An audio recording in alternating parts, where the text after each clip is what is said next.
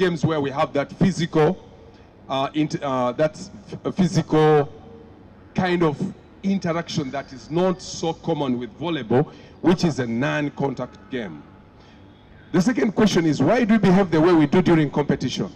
Why do you think as a coach, I'll point a finger at the ref, or I'll exchange with my fellow coach, opponent? There are certain reasons behind, but most of these reasons are psychological. They are based in our minds. And by the time we finish here, we might have realized that we need to be in control of our mindset in order to be able to direct the behavior that is desired of us. So we are born with a character of being selfish. When I come here, I want to win. For some of us, it doesn't matter how I win. And now that is likely to develop a conduct that is unbecoming. Because it doesn't mean that what you want is what will actually be translated in the game. So by being selfish, we portray this kind of conduct. So the first thing to deal with, reflect and try to deal with selfishness. It is not only about you. Life is not about you.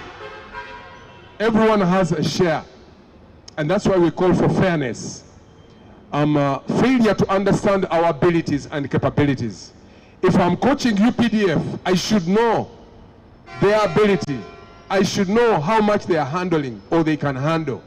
But if I think that I've been playing, I've just come up, I'm UPDF, I've just played one season, and I want to beat Nemo Stars, and the ref is making the right decisions, but because I think that I should win, I'm selfish, then I'm not aware of the capabilities and the capacities of my team, then I'm going to behave in a way that is not palatable.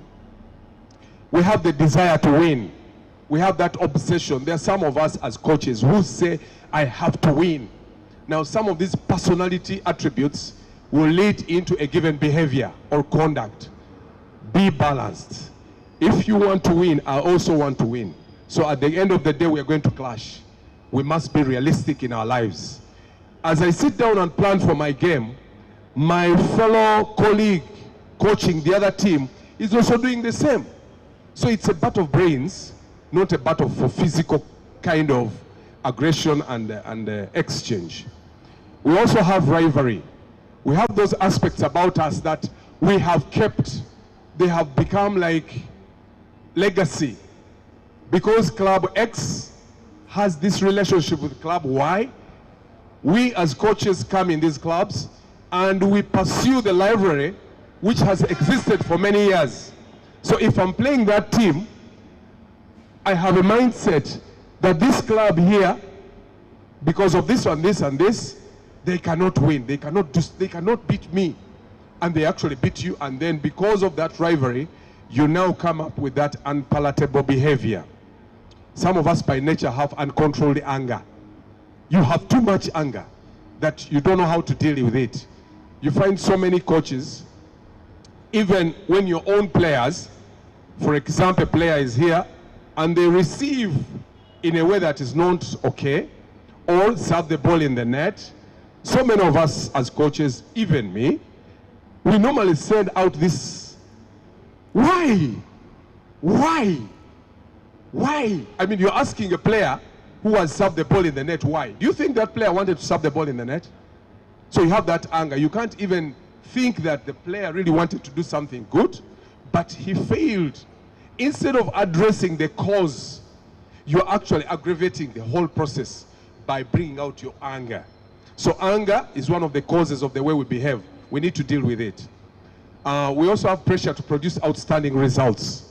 There are some of us who feel like, I have been there, I've not won the league, I've not won the national championship, I've not won this club. We've been playing, but we've never won this club. So you want to produce that result that is so outstanding. By focusing on these results, you lose the ability to make good judgments. And at the end of the day, when some mistake happens, anger comes out, then that bad conduct comes out, because your focus is mainly on being the best, on winning that club, on getting that trophy. but you forget the details of how to get there. You forget how to go by your plan. You forget how to analyze how the other team is playing. You forget to deal with your own team weaknesses.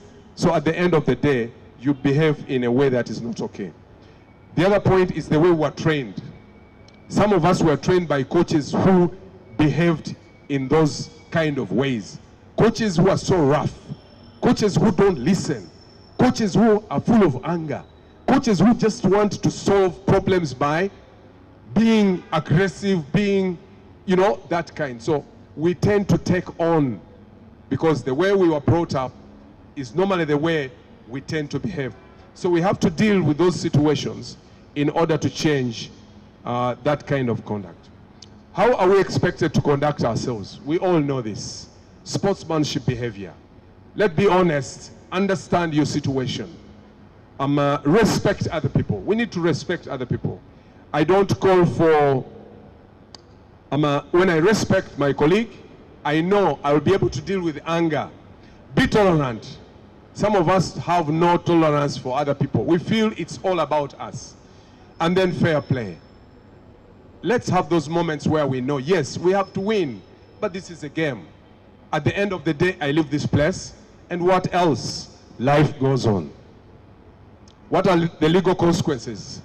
It's not something that is simple for us, that we just go and exhibit this bad conduct, but we should also know as coaches, we are leaders, and this has a bearing.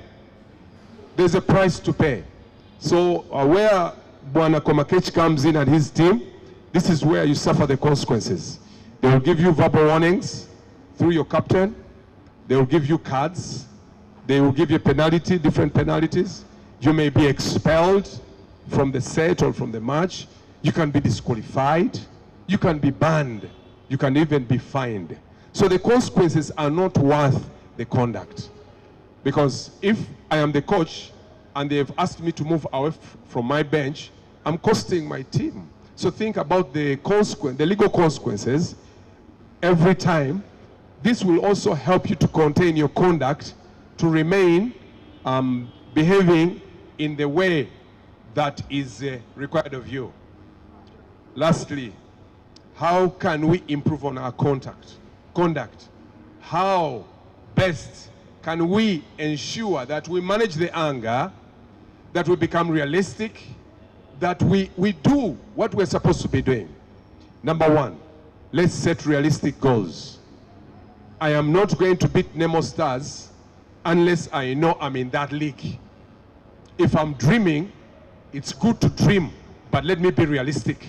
Set realistic goals in competitions.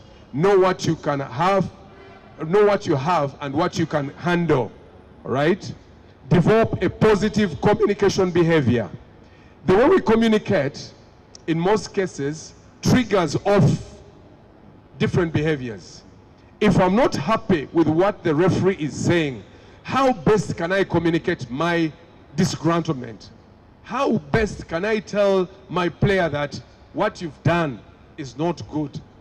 So we need to develop a positive communication behavior in order to improve our conduct. Improve on our competences. Some of us think we can produce these results when our competences are low. If you are a level, for example, if you're a boxer and you are a beginner, don't expect to go for sparring with the big guys, the professionals. If you want to get there, improve your competences. For us as coaches, we should sort ourselves and be able to understand that where are we? Where am I? Am I capable of producing this? If I cannot, then take steps to build your competences so that you can match with the results that you want to produce. Practice mental training. We normally deal with athletes in terms of developing mental strength, and we're also supposed to tell them how to cope with the pressure of the match. But very few times do we sit down and reflect on how the pressure in the competition is going to do what? To affect us. So like players go for mental training, we need to do we call them psychoregulative techniques, which help us to deal with our emotions, which help us to deal with our, whatever is going on in the mind.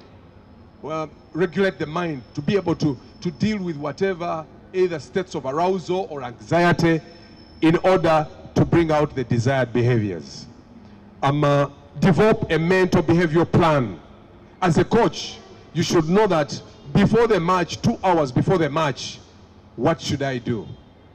Having understood your personality, and you know you have anger, have an anger management plan. How do you deal with the anger? We call them breathing techniques. We have visualization of the game. There's so many things that you can have in your plan. Read and research. Coaches are researchers. Read and research. You must do research. Find out how to deal with your own personality, deviations, where you don't behave, or try to find out about yourself, and then how to deal with those situations.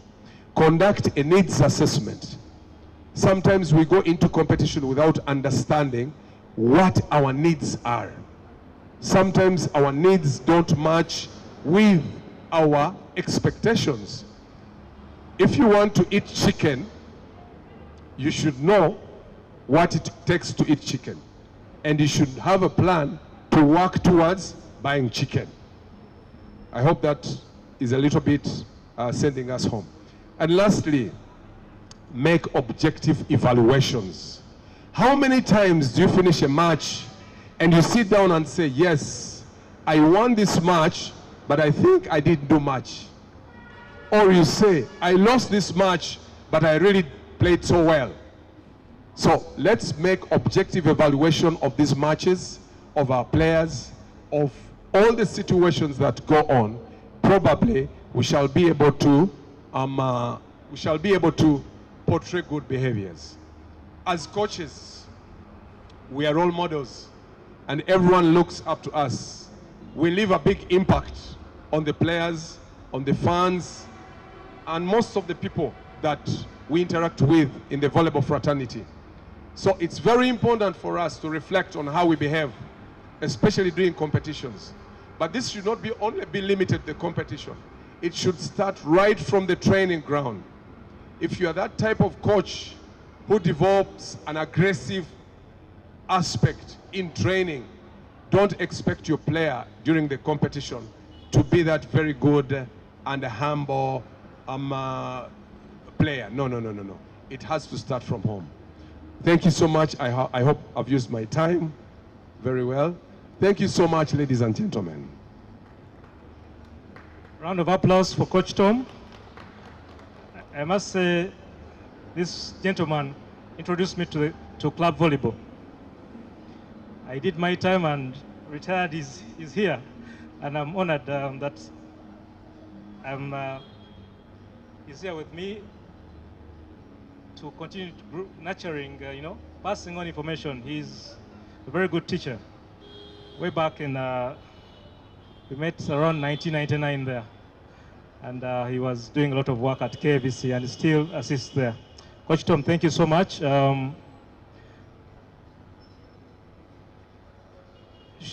Anyone with a question before we go into Coach Tony's? About conduct. I think it was quite precise, okay? But later on, feel free to, in case, even if it's someone who presented at the beginning and something pops up, feel free to raise your hand, and the presenters will be with us till the end. I want to welcome Mr. Patrick Obita, who just joined us. He's our guest speaker. He will touch the bit of management. I'll say more about Patrick later. I want to inform you we're also online. I would like to thank the Media Commission for streaming this so that our colleagues who are... we have a question. I request you to just quickly introduce yourself and then present your question. Protocol observed. Good afternoon, members. Bashir is my name. JVC. I have a simple question. We are here, but we are taking a blind ear or a blind eye. People are speaking, I don't know who is speaking, apart from knowing Koma Cage and knowing him as a coach, Nkumba. We know people speaking. No agenda, what are we following? Thank you very much. I want to believe you got an invitation to come here. Thank you very much. The invitation did have a program which was circulated in the managers group. However,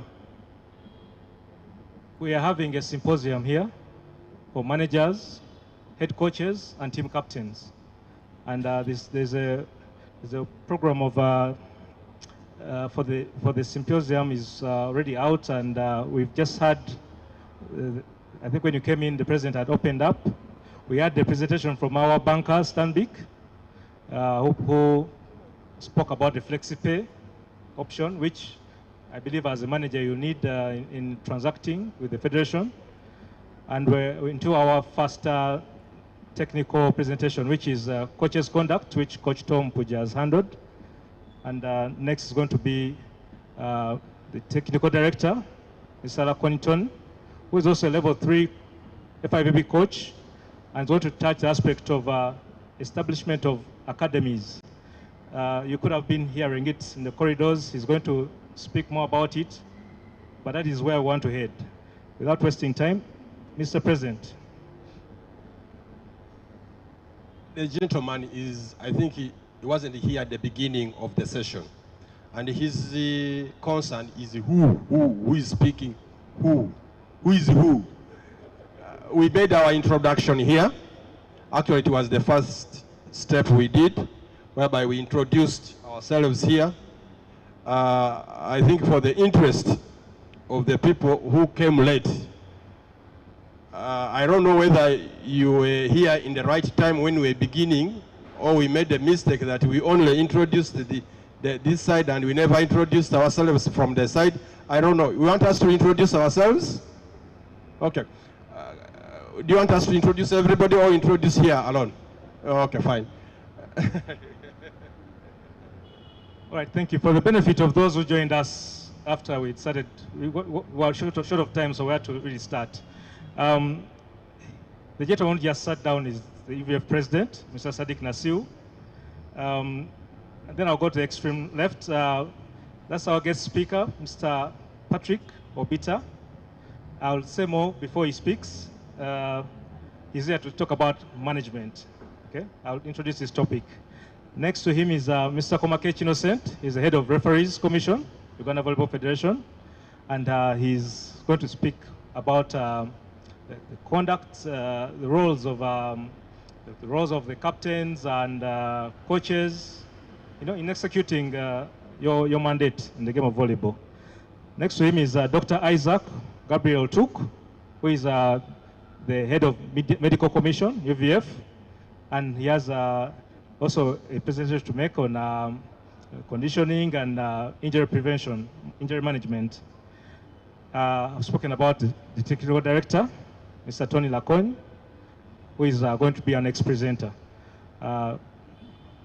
Mr. Tom Puja, who is a level 3 FIB coach also, just spoke with us, and I believe, I think I brought everyone to speed now.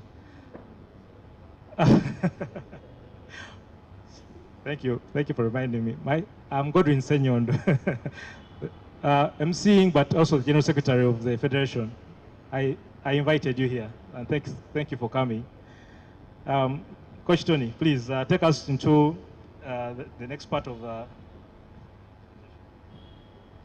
Thank you very much, Godwin. Mr. President, Mr. Vice President, even if you understand, executive members, guest speaker, viewers, good afternoon. Let me re-echo what Godwin just said.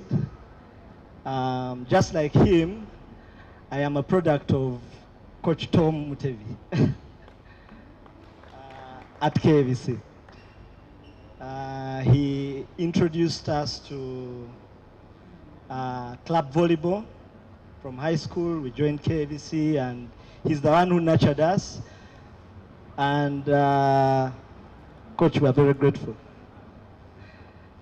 Yes, and thank you for your presentation. Earlier, I think it was quite elaborate as well. Now, as a federation, we have a vision of having all clubs have an academy. So they should have a feeder team, a youth team that will feed into their club team. What an academy is for us as a federation is a platform to achieve international and national excellence. We have developed a model that we hope we will roll out during the course of the year. But the key objectives for having an academy is to scout and nurture good talent, grassroots level, to develop athletes on a long-term program. And then the last one is to have district competitions depending on the regions they are from. So what happens is that we have volleyball that is not spread out too well. But if we have academies, so we want to deliberately, as the federation, we have a plan to set up academies in different regions of Uganda. So the academies will be primary schools and secondary schools. We will later on incorporate tertiary institutions. Tertiary institutions are important because they are slightly higher than the primary and the secondary. But what happens for us here in Uganda is that most of the clubs rely on tertiary institutions to produce the best athletes. And if you see our national teams playing, you can witness that maybe 80% went through the tertiary institutions. So we have the primary schools that we are going to set up in different regions of Uganda, secondary schools as well, and then we will incorporate the tertiary institutions, which are slightly already established in developing the game. According to Ministry of Education and Sports, we have 4 regions: Northern, Western and Southern, Eastern, and then Central. As a federation, we've further broken it down into Northern, Western and Southern, Eastern, West Nile, Northeast, and Central. Because first, the Northern is very huge. So we've broken it down to West Nile, Northern and West Nile, and then Northeast. That's the Karamoja region, which we believe has a lot of talent, but is very untapped. And we have to go there and do some work there. So in the Northern region, we intend to have 6 academies. That's 2 for primary schools and 4 for secondary. In the Western, that is slightly smaller, we'll have 2 primary schools and 4 for secondary. Eastern, same, 2 primary and 4 for secondary. Now in West Nile, that we are going to try to introduce it. Oh, by the way, in our audience we have Mr. Yakan Lawrence, who is also from West Nile. Yes, and yes, he's of course he played. Yes, he's Ugandan playing for Rwanda, but as such is talent that we can get from these regions. We have Daudi Okello from the Northern that is out there, and if we can get 3 or 4 Daudis, that's why we want to prioritize Northern and have more academy, because we feel that actually we can get what we need from them. Then in the Northeast, that's Karamoja region, we will have 1 primary and 1 secondary. The good thing is that our president works in the east, so it will be easy for us to tap into the northeast. And then in central, where we have so many established secondary schools and primary schools, we will be able to partner with those, but also we'll have our own as a federation. So we'll have 2 primary and 2 secondary. Now, in establishing these academies, it's important that we have, we get in touch with different stakeholders. For our case as the Federation, we have Ministry of Education and Sports, National Council of Sports, Uganda Olympic Committee, district sports associations, NGOs, companies and corporations. We have many of those ones now sponsoring clubs. We have the schools, of course, and the institutions. We have Zone 5, where Uganda belongs, as in the CAVB grouping. We belong to Zone 5 as Uganda. CAVB themselves, and then the FIVB. Those are partners who we are going to engage. But as clubs, there are few of these who you can also pick on from and use them in your establishment of academies. So, the strategies we hope we can use is, of course, engage these stakeholders.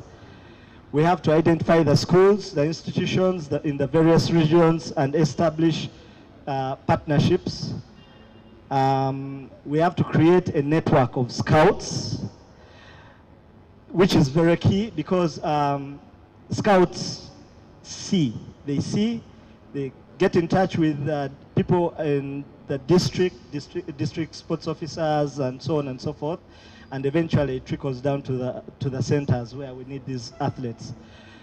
When I was in German with Coach Sheila Omuriwe, who is also here in the stands, we learned that the Germans don't do things accidentally. Everything is extremely planned.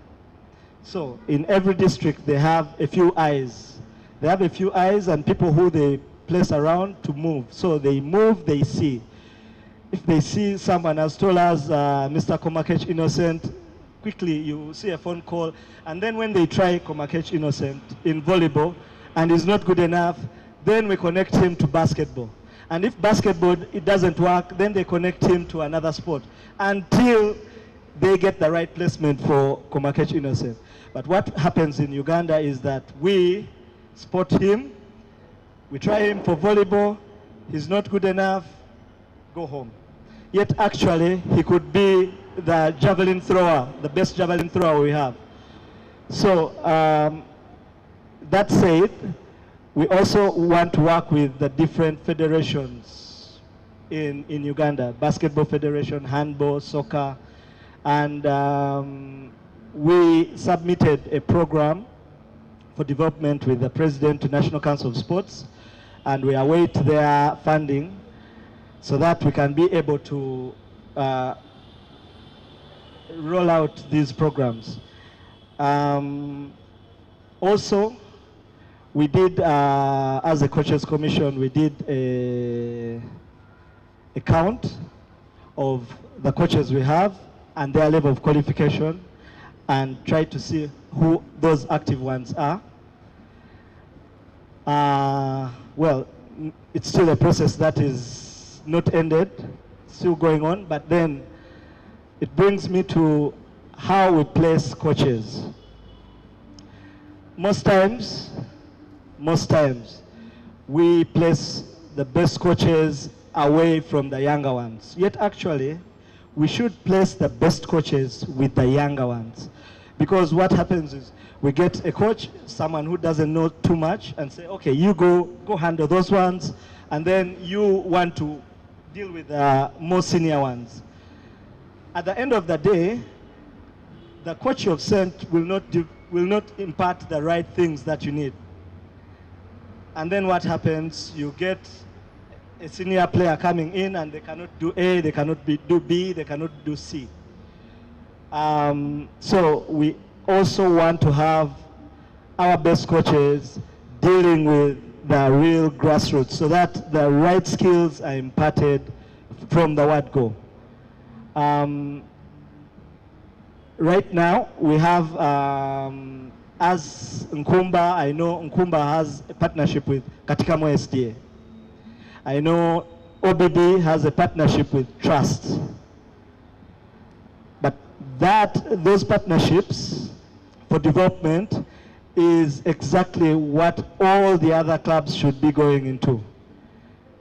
Then it becomes very easy for you to get a player, and in Uganda, in all fairness, right now, we have problems especially for the women's side.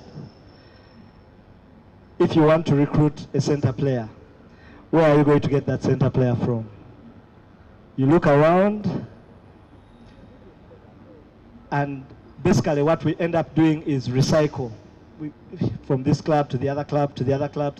We're using the same players. There's no one who is really coming up and we're saying, okay, now that one is going to make it nothing.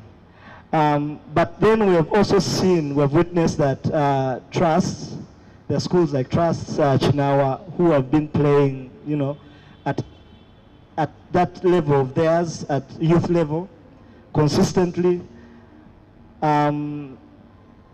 But the output of the players is wanting for us. They're playing at that level, they're winning, but then what is reflected onto our national teams later on, it's really, really, really, really, it's not good enough. But then, now that Trust partnered with OBB, they had to go and look for a few players here and there and get some height and somewhat, and then you see them playing, it's much different from what they've been playing. But that is the direction we need to all go into, so that when you're picking a player from secondary, you actually see that they can go all the way. You see their roadmap all the way to national, international, and so on and so forth. In our partnerships also, and in the program, in the proposal that we submitted to NCS, we want to do capacity building. Now, in capacity building, we want to have coaches who will impart the right skills, but it should be consistent for the entire country. So if the academy in Arua and the academy in Mbarara, and then the next one in Luero, they come for a competition, you will see them almost playing the same brand of volleyball. And then we will know that, okay, now that is Uganda. But if you looked at our teams at club level, very, very divergent of what we do, because how the players learned their game was very different. It's good to be different, but it's even much easier at national team level and above for you to have uniformity. Then you don't have to try to correct him to receive at national team level. The passing is the same. Basically, the skill development is all the same. And then it can go to long-term development. I mentioned competitions at regional, national, and international level. We are short of competitions at district level. But if we have academies in these regions, then we hope it will be a center for us to make sure that the different schools can compete. USSSA, that's the body that runs secondary school games, organizes district competitions to qualify for nationals. Many districts, in many districts, those competitions don't happen.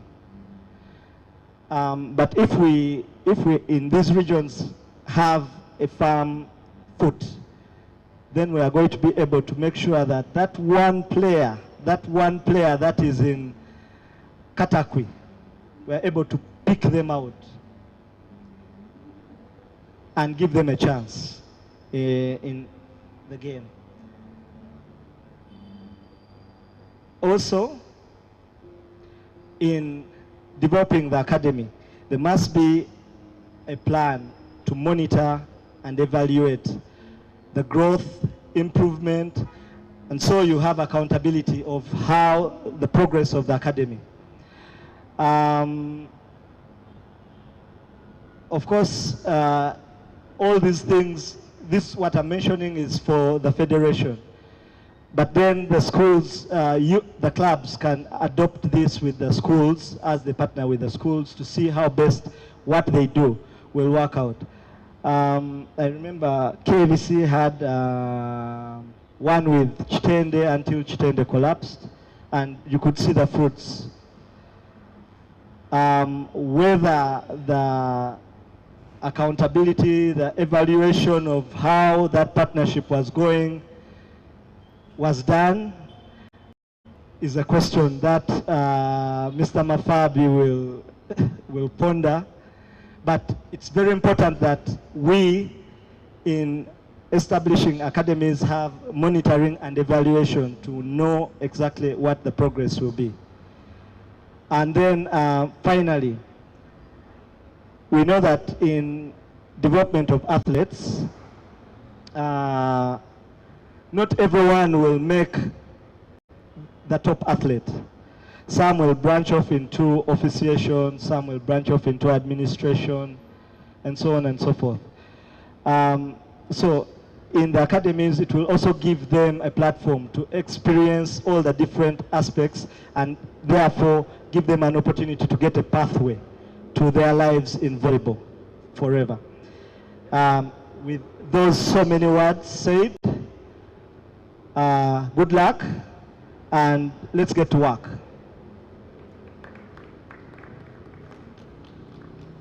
Round of applause for Coach Tony.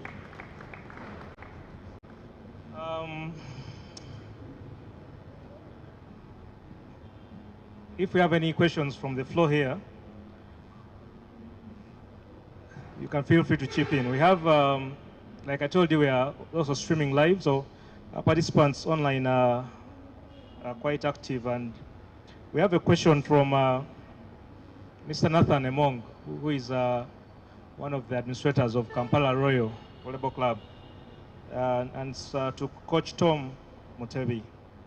He says, are there any recommendable tests or tools one may use to know their personalities?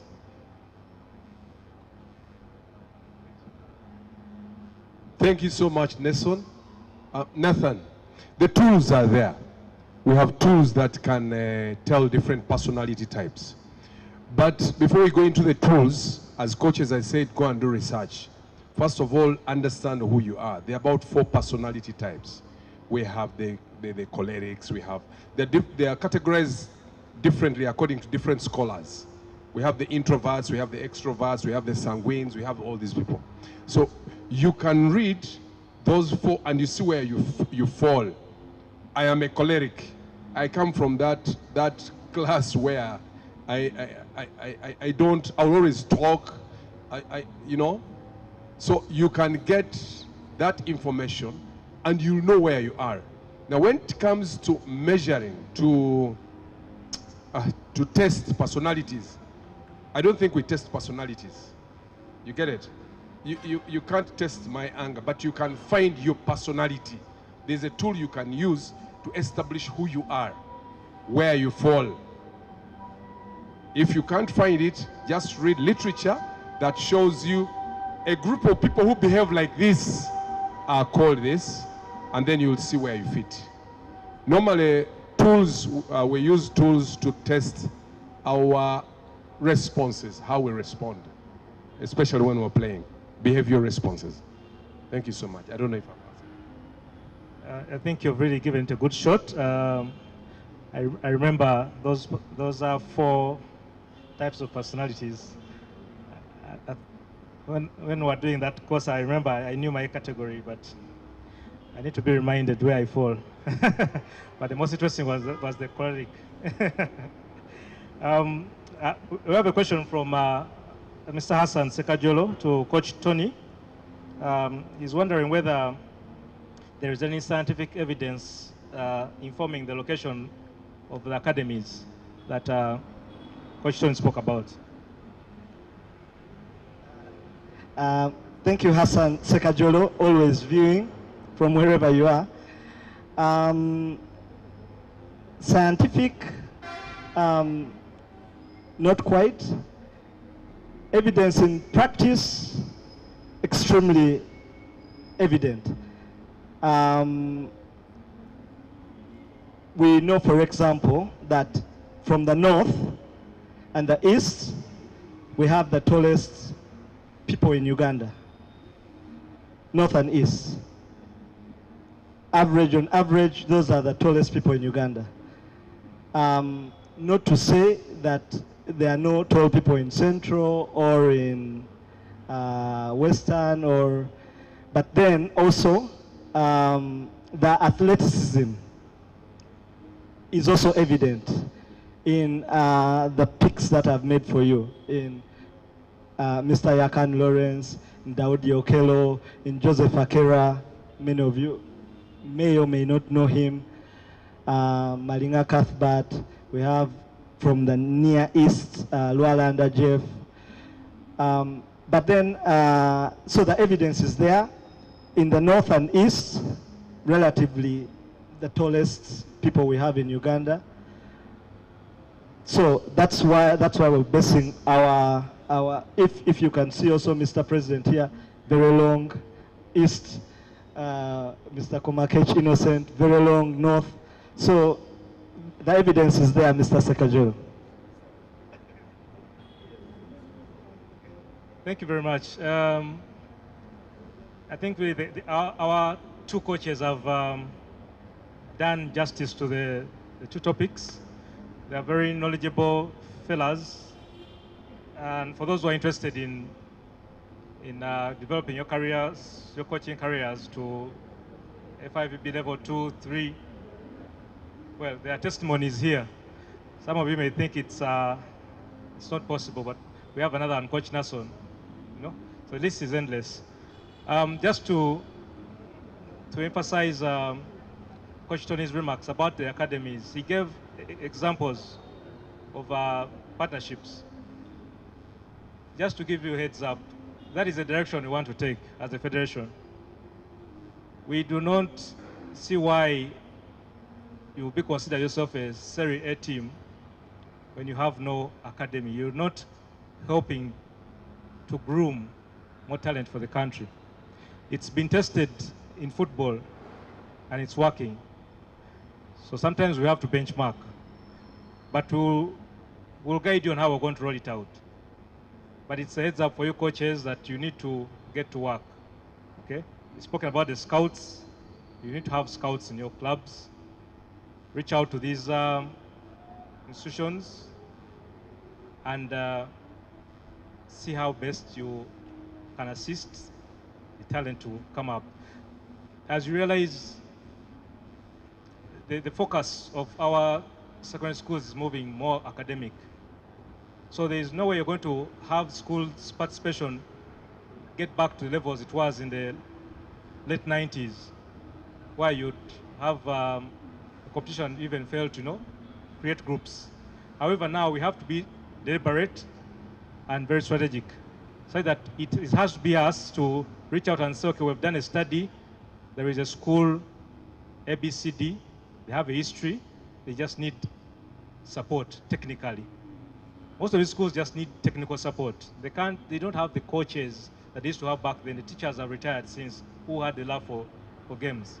So we need to send in our fresh cops to go in there and assist them. But we'll see how to guide you in rolling out that approach. But that is where I want to head. That's a heads up for you, head coaches. I would like to move to our next presentation, which is a few key rules of the game, but mainly targeting the role of coaches and captains in the refereeing space. And to present that is an FIVB international referee, Mr. Komakech Innocent. He's very well exposed, well read. He's handled competitions to the highest level in terms of global competition. So he's speaking from a very informed point of view. Ms. Innocent, you're welcome to present to the people here and also online.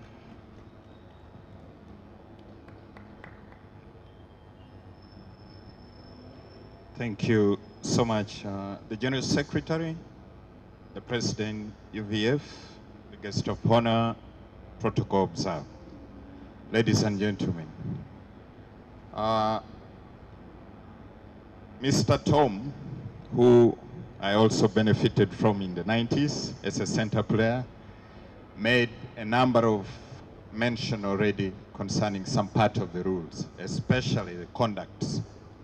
I will touch some of the portion, especially the team leaders. And who are the team leaders in respect to our games? Now, the team leaders are the coaches and the captains. I'll read a few of the lines from the rules book.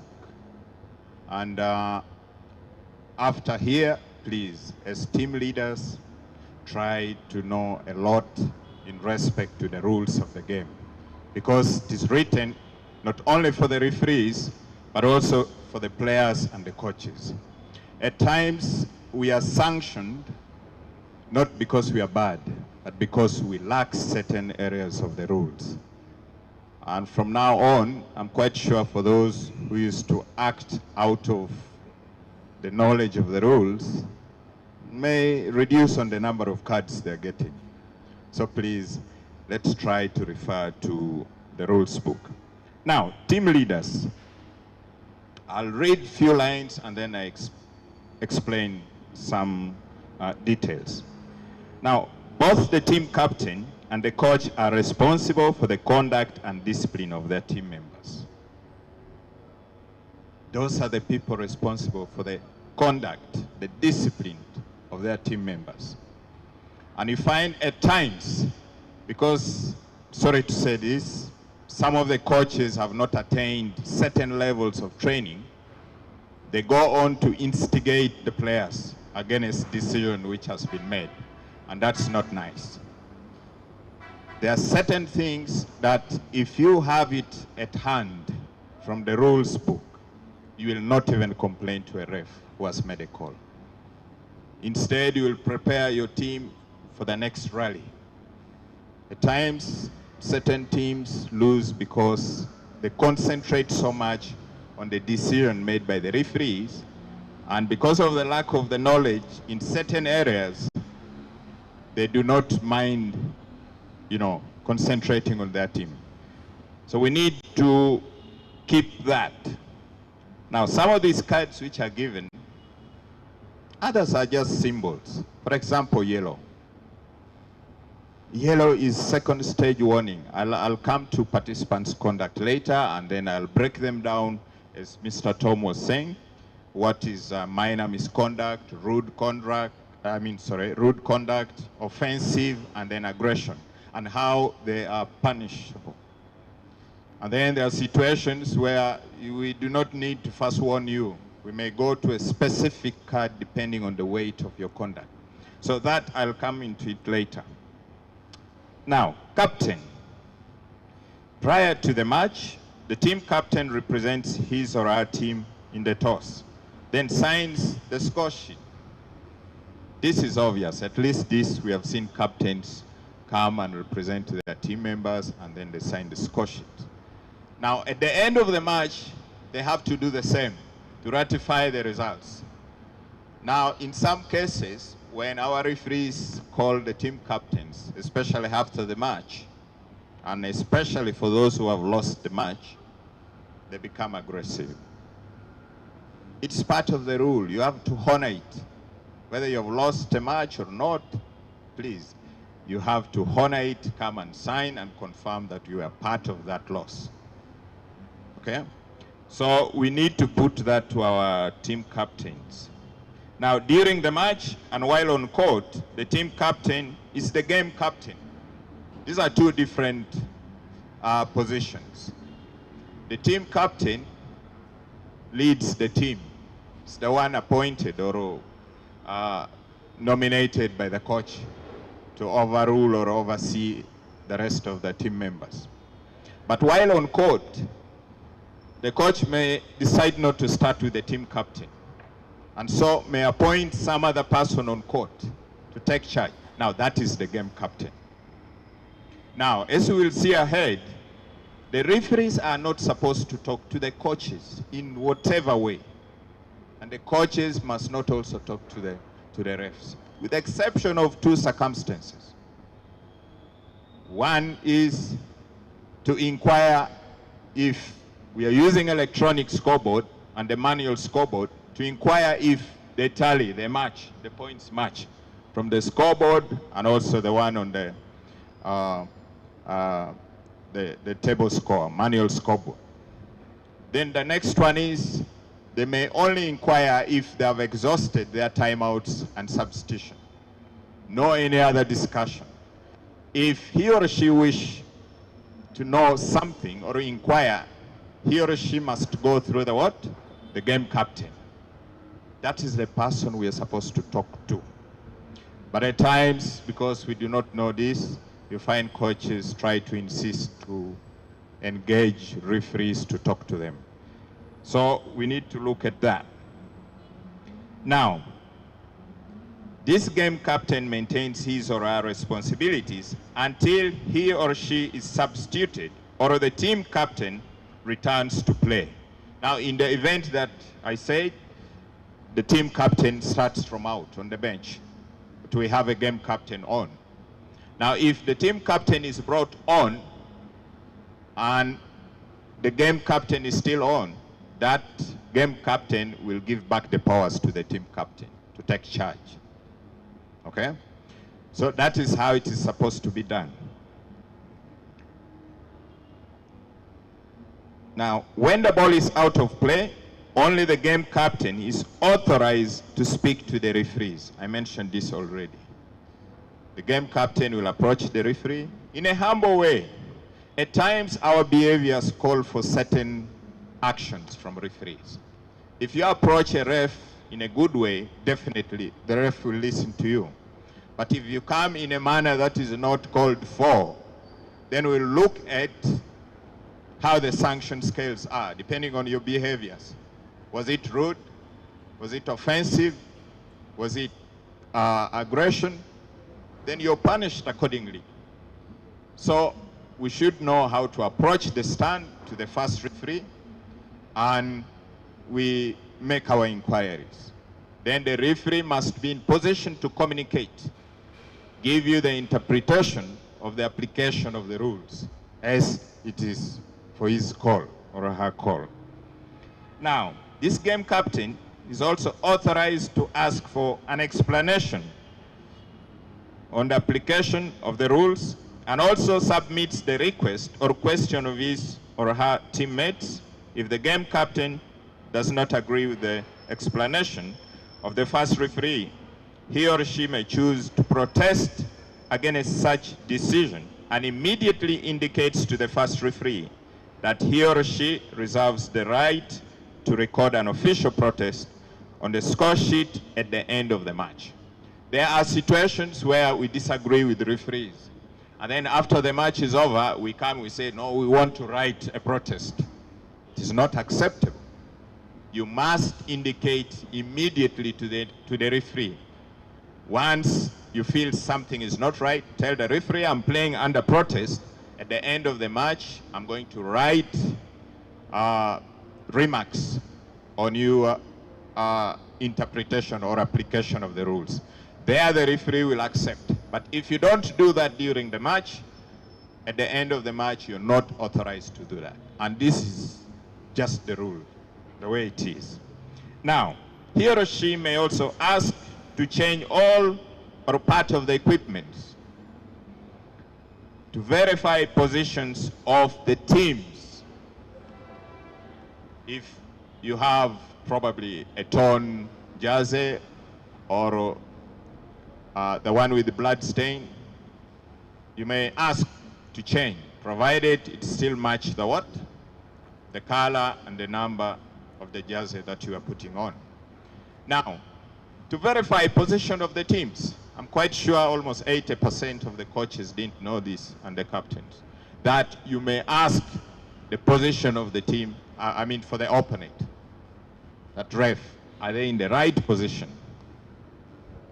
Okay, you're allowed to do that, but we are restricted not to tell you who is in which position.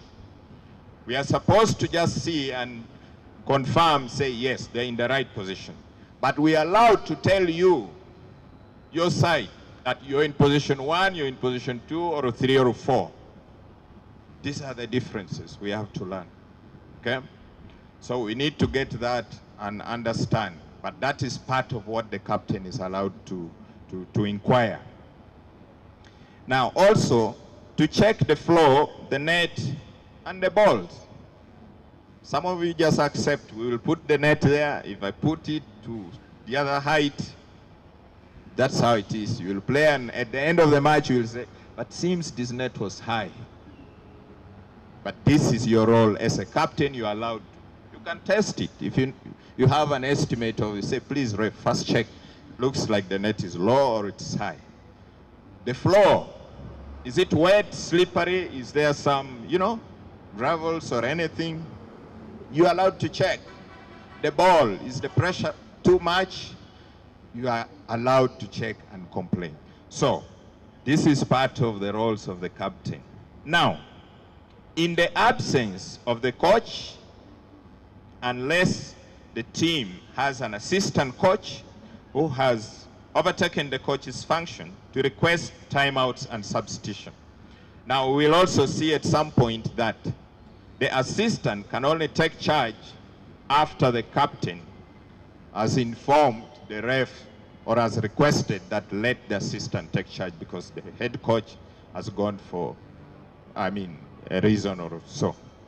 So, if the team captain has not done that, he or she will take charge, will request for timeout and also ask for substitution. Okay? Then, at the end of the match, the team captain thanks the referees and signs the score sheet to ratify results. There are very few who thank us, very few captains.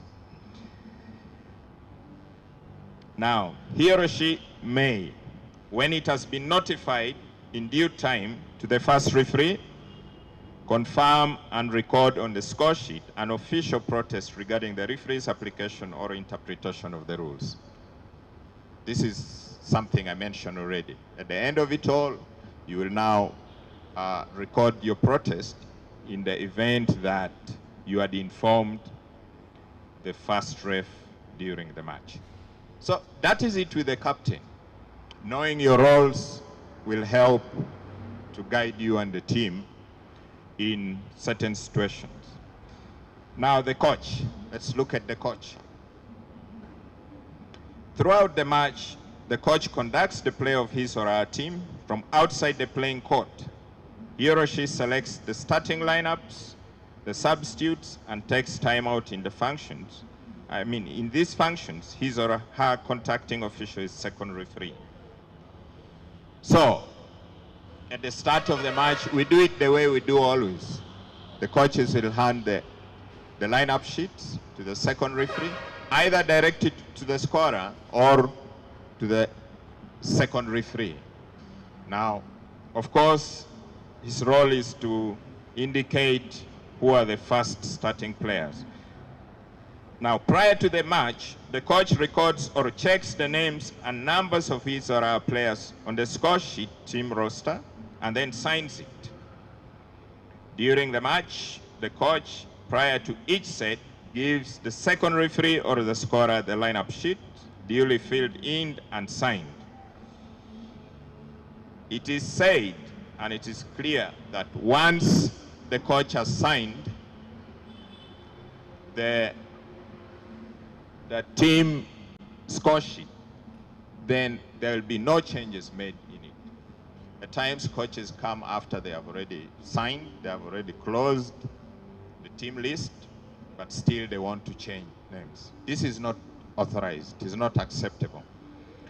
There are changes that may happen, especially when you have given a lineup sheet.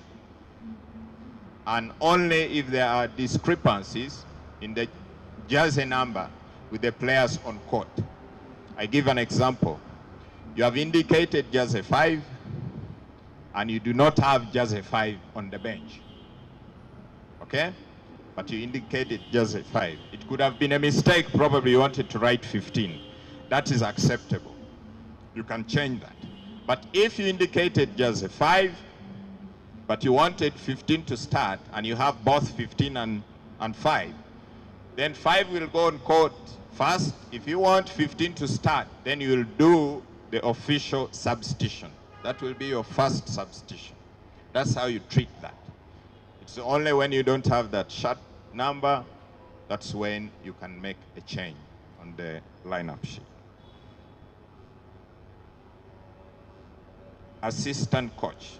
The assistant coach sits on the team bench, but has no right to intervene in the match.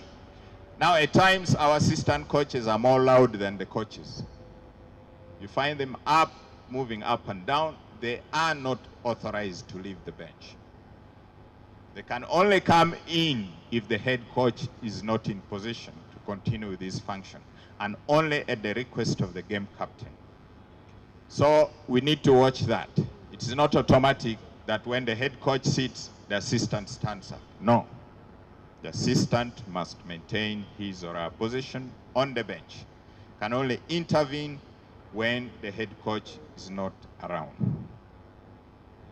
Should the coach have to leave his or her team for any reason, including sanction, but excluding entering the court as a player, an assistant coach may assume the coach's function for the duration of the absence once confirmed to the referees by the game captain, excluding entering the court as a player.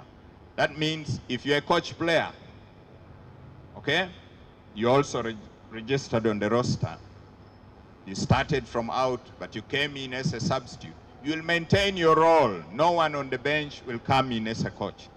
You will coach from the court, you will do your substitution while on court, you'll call your timeouts while on court. That is what it means by excluding entering the court, okay? So we need to look at that critically. So basically, that is concerning the team leaders, the coaches, and the team captains. If there are questions up to that. Are there questions in line with? Yes. Oh, you have. Yes, one of President.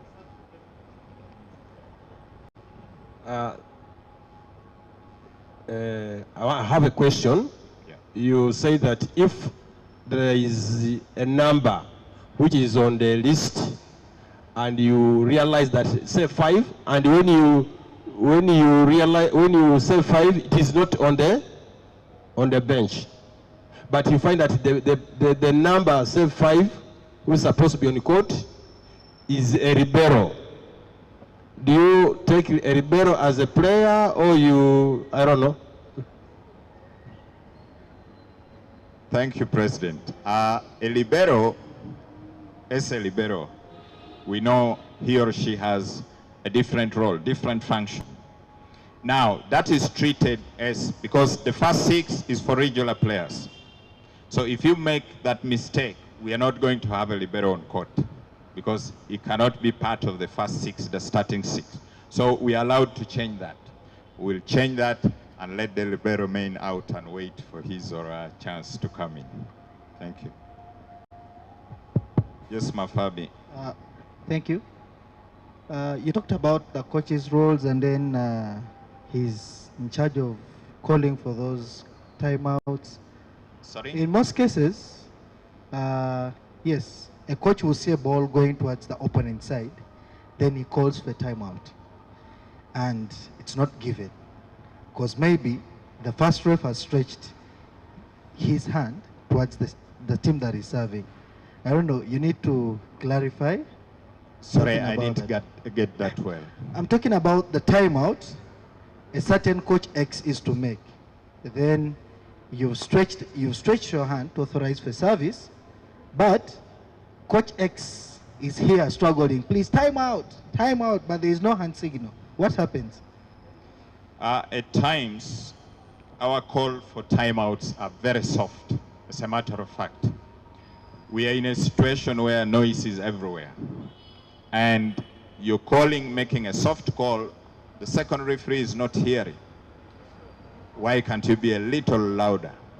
And then the other thing is that we must know as part of the rules is, if you just call by mouth timeout without following with a hand signal, you're not going to be given that timeout. We should know that as well. You're going to call timeout without following with a hand signal. By the rules, you're not supposed to be awarded that. So let's check on that as well. But being a bit louder would help us, okay? Yes, my name is Mike. I'm a volleyball fan. Now, the question is, what kind of matches do deserve technical timeout? Because I normally see the matches we watch from here, there are no technical timeouts. Thank you, Mike. Technical timeouts actually are going off. They are going off, and in the near future, we may also have only one coach's timeout in the near future. In Brazil, I don't think, including Japan, they didn't use technical timeouts. They are phasing it out because people have mastered the art of playing and the rallies are very long. So they feel if they add on more technical timeouts, it's going to delay a match for quite some time. So they are trying to put it off, and so now we are also going out of it. That's why you're not seeing it anymore. Thank you. Okay, thank you so much. My name is Lawrence. I have a simple question for the refereeing commission. There's a scenario that happened with my team one time. I don't know if the rules are followed from the federation or they're not followed. They said that past 6:30, some games don't continue. Actually, all games don't continue past 6:30. Here's a scenario that happened. The game was so tense that people wanted it to get done.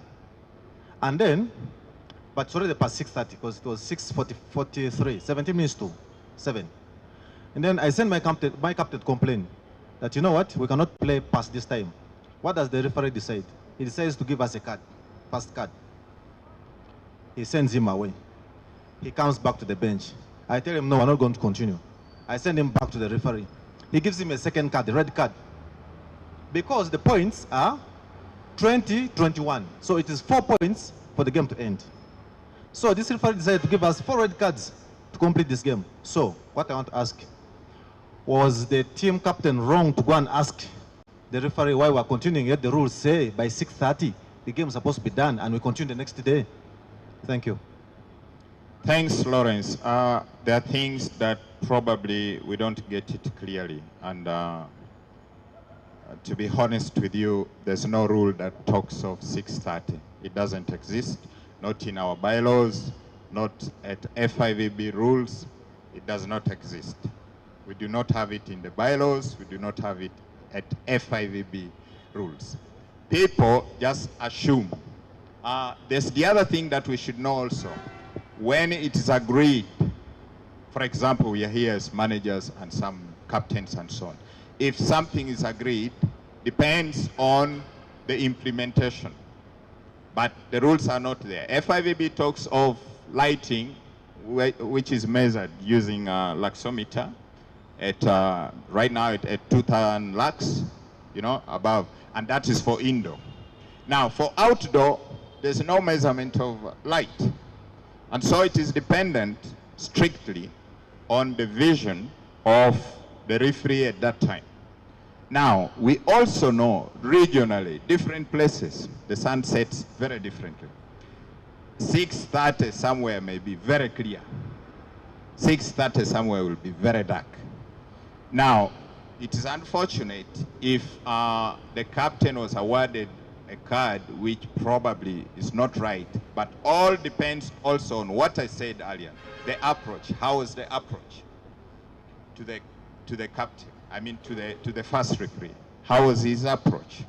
If the approach was right and the referee did not do it well, then it is unfortunate. But if the captain also went with a different way of approach, then you never know what he or she could have mentioned to this referee. And also, the other thing of insisting, actually, ideally, that coach, I mean, that player should have been disqualified if it is 4 times that you kept sending him. If I give you red because of rude conduct, the next time I'll expel you, double red, and then the 3rd time you come, it keeps climbing. So it's unfortunate if it happened wrongly, but for the issue of lighting, it's not documented anywhere. We have to agree on that. And it is only mentioned for indoor where the amount of lux should be measured. And we have not always done that anyway. Thank you.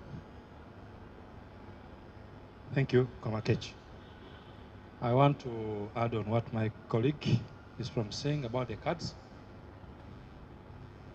I don't know whether your referees, at times you refresh them regarding these issues of cards. Number of times here where we are seated, we are seeing cards coming out. You've said it depends on how the player is, how the captain is behaving as he's going to the referee to seek whatever information. We have witnessed they are coming humbly and they are being given a card. Where can we take such kind of complaints? 2, there is somebody online who is asking you, how many officials are supposed to be on the bench? Thank you. Thank you, VP. Let me reveal this here as well. A number of times we have had, including one of your players some time back, I'll not mention names. They may look from your side approaching the ref very well. And when they reach, sorry to mention this, but somebody once told a ref, Nyoko, quietly, humbly, you're not hearing, you're not seeing any reaction or any kind of aggression, but he has insulted the ref there. So there are situations we don't want to bring out, but we have it in a bad way. Now, in regards to the bench, this is what it is said. We are supposed to have the head coach, 2 assistant coaches, the team therapist, and then the medical doctor. So ideally, there are supposed to be 5 officials on the bench. More questions are coming. Oh, yes, yes. Yes. Again, the officials. We said you have to have 1 head coach, 2 assistant coaches, assistant coach 1, assistant coach 2, a team therapist, and then a medical doctor. So there are 5 in total, 5 officials. Yes, Njumba A. Akiki is my name. And I have a few questions to Komakech. 1, what is the referees commission doing to protect the sanctity and integrity of the referees?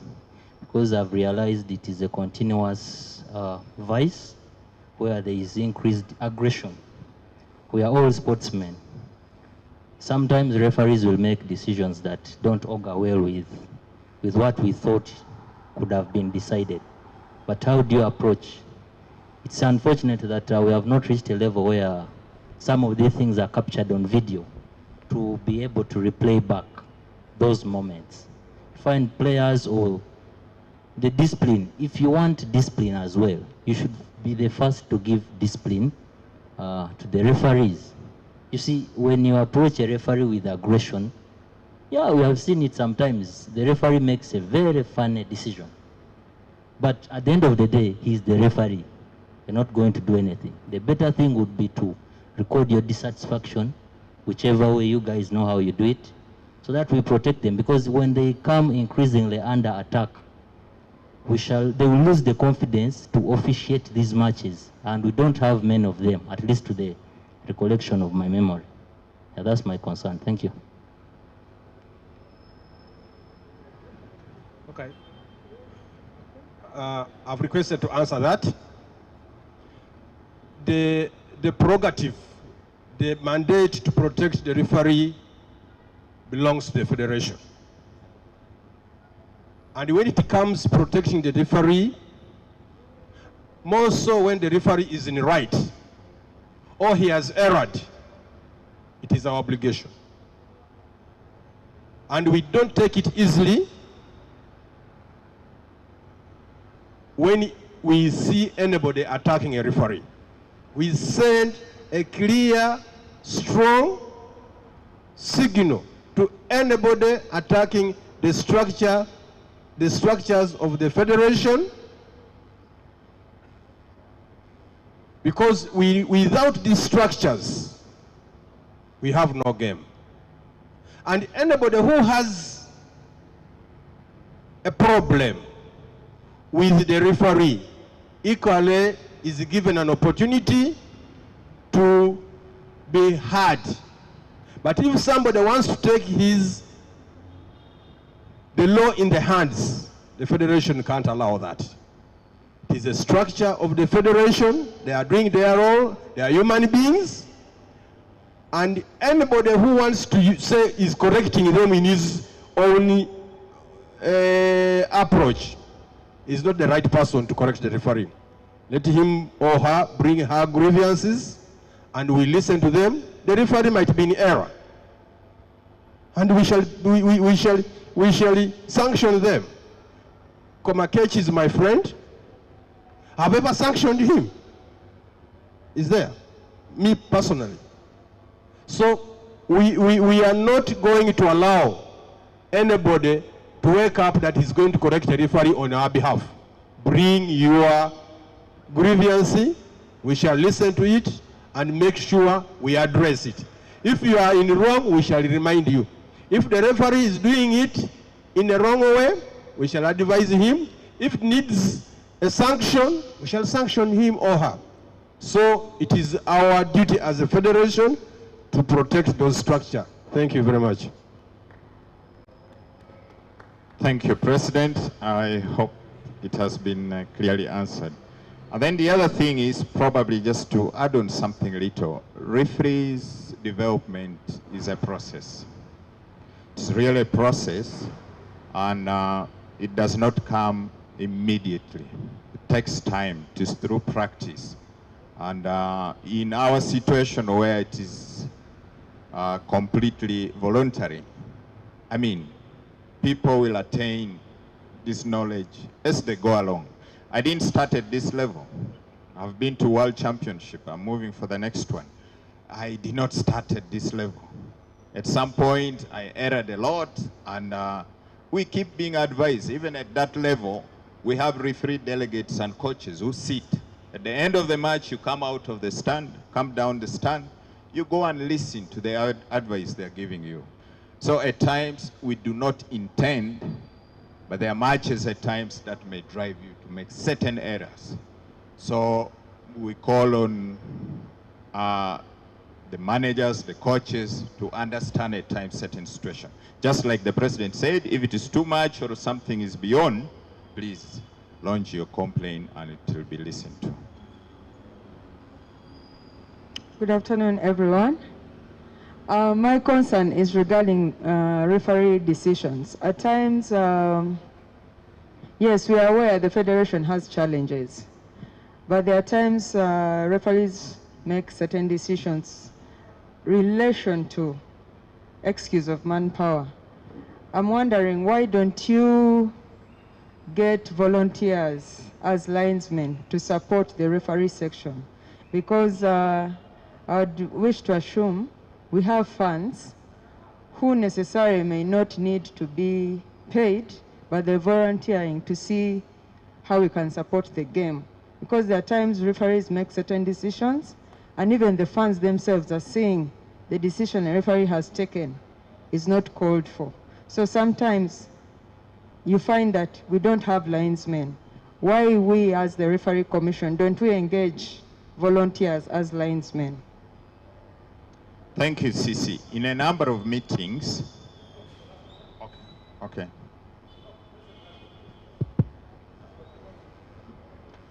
Mine is just a concern. I would like to inquire. Last weekend, there was a game Sports OBP.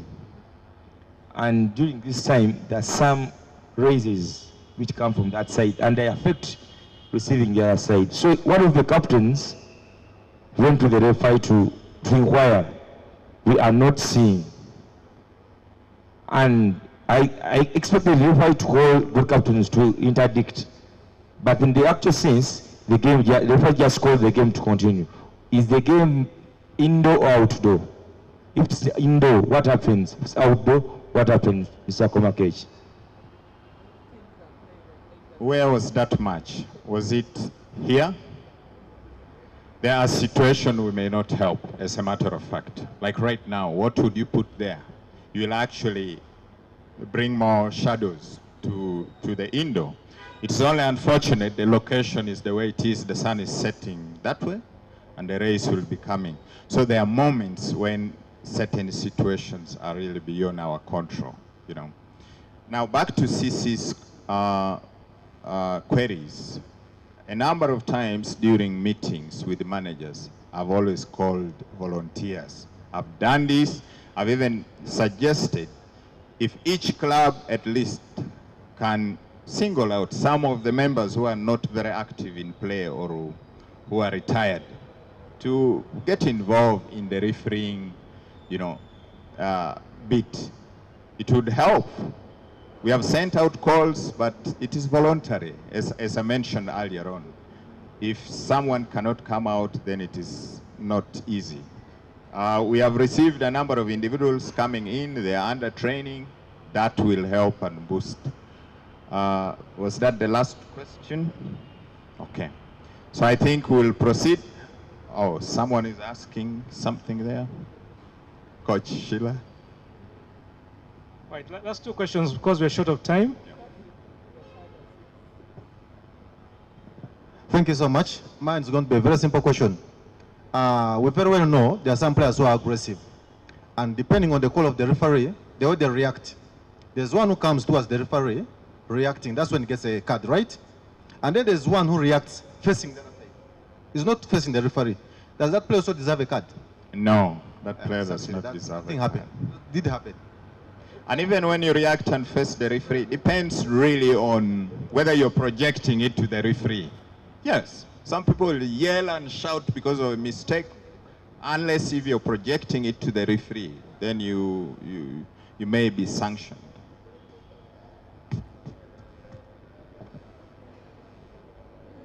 Good afternoon, everyone.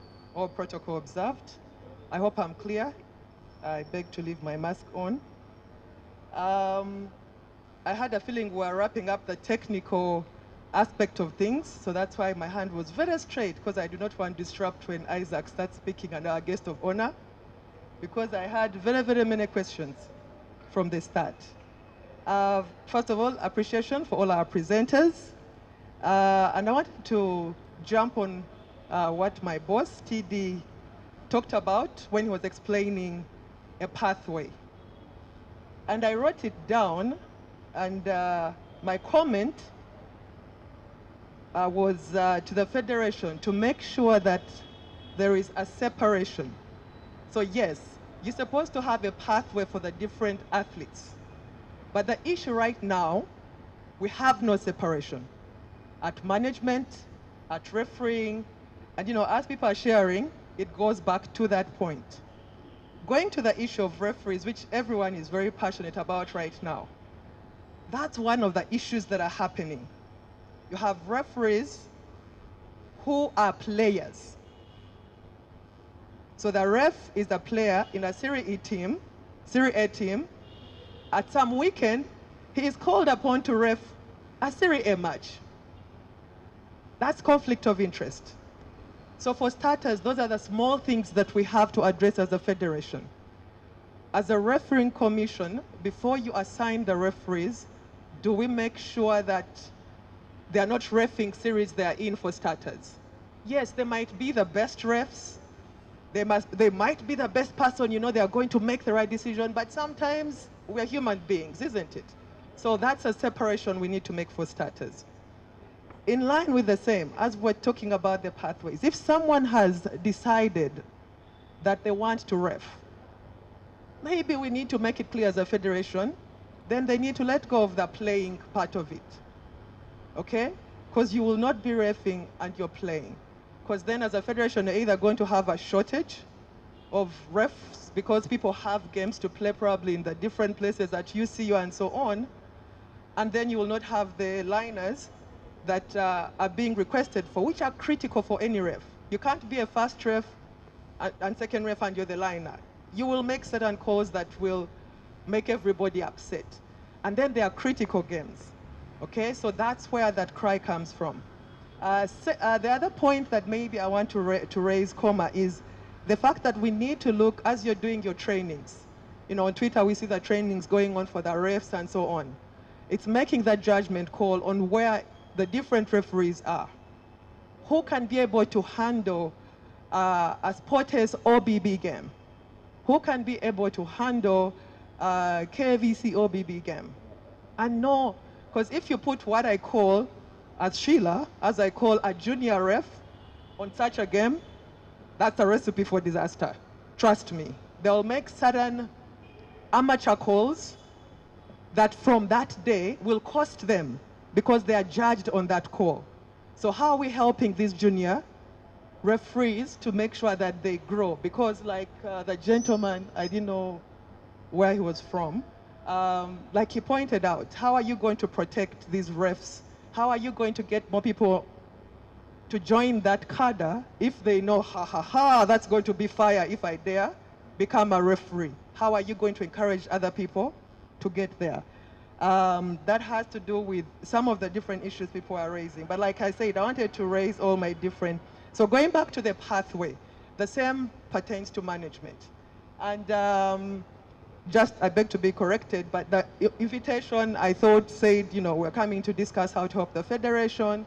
It has sort of a program where different areas are being trained or informed on.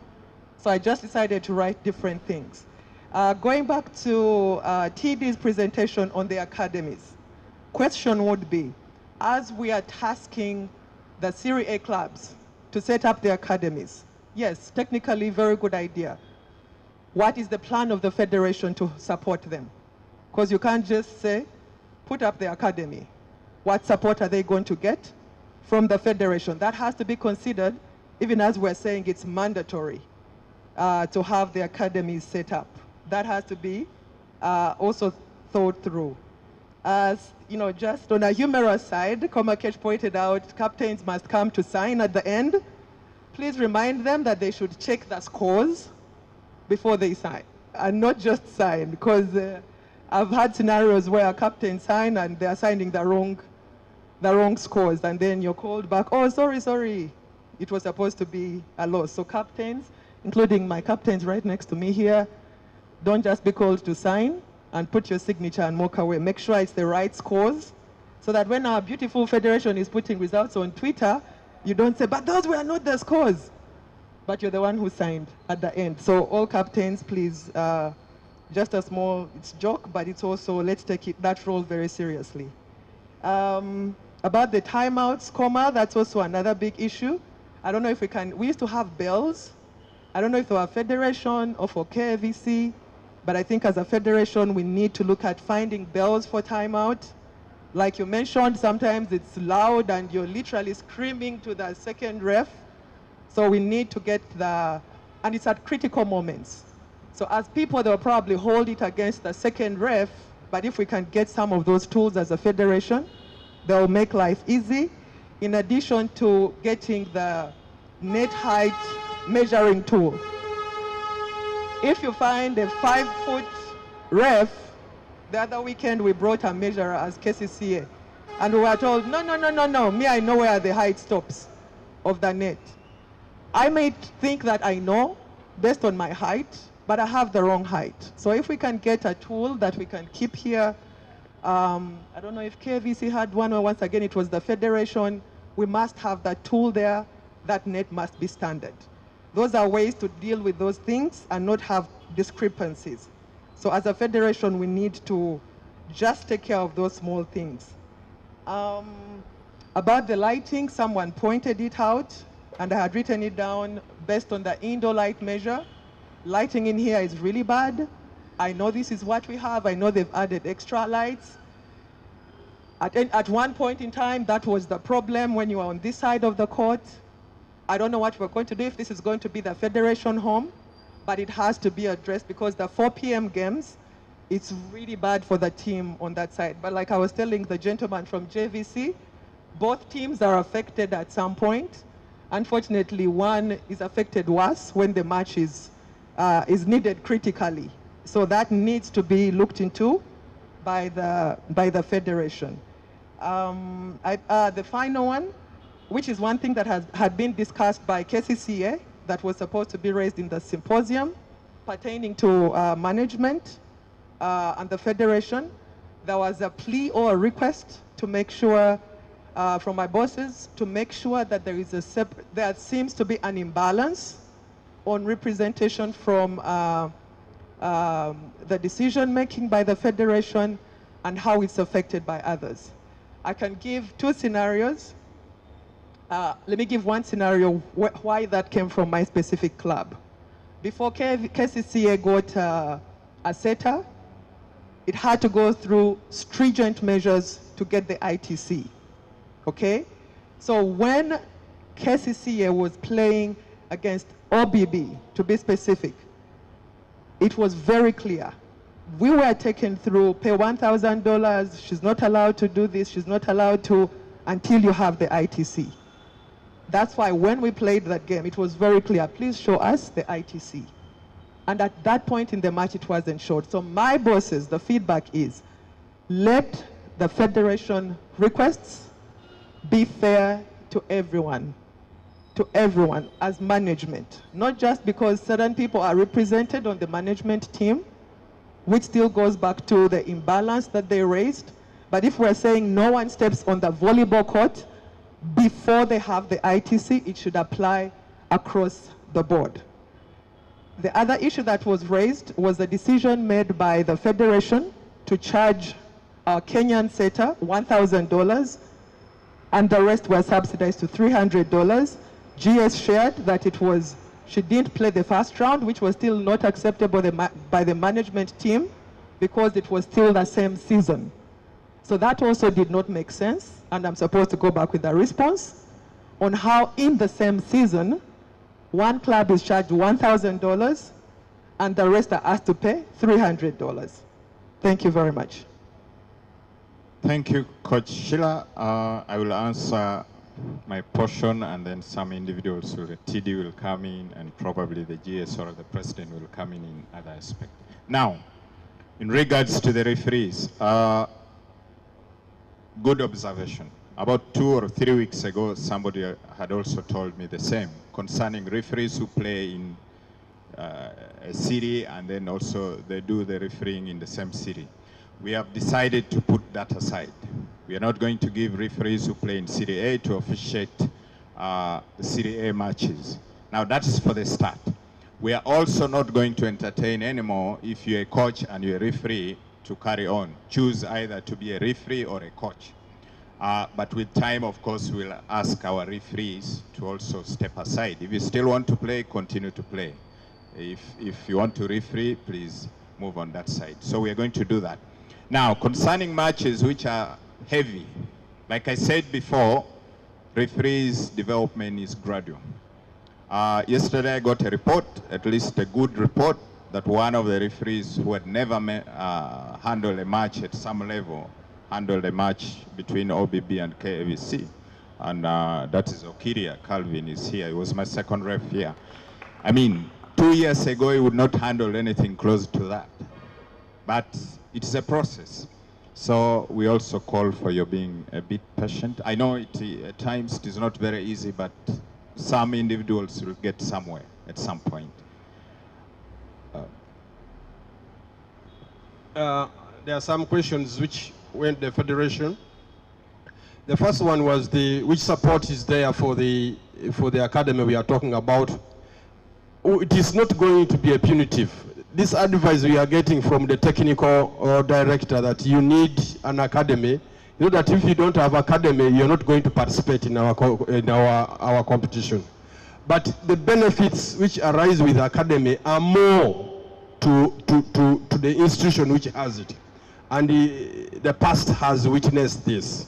So it is not that if you don't have an academy, you are going to stop being a premier club, or you are not going to participate in our event, or we are going to have a punitive action against you. Hope I've answered that question. The second one is the $1,000, the 300. You should all appreciate one, that when CAVB brought in this mandate of ITC, it is not something we wake up and said we need it. It was forced on us, and it took us by surprise.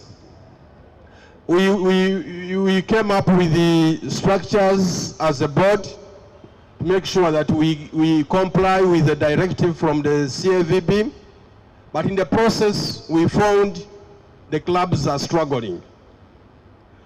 And to the extent that we lowered the fee. At the beginning we started with a high fee, we lowered the fee. To the extent that there is another one, I used my mandate to say you go free. There is a girl, I have never seen her face, she's called Amito. We're expecting money from her.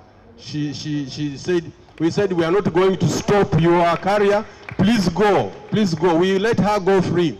So the challenge, we are juggling. We are juggling, make sure that we implement the directive from CAVB.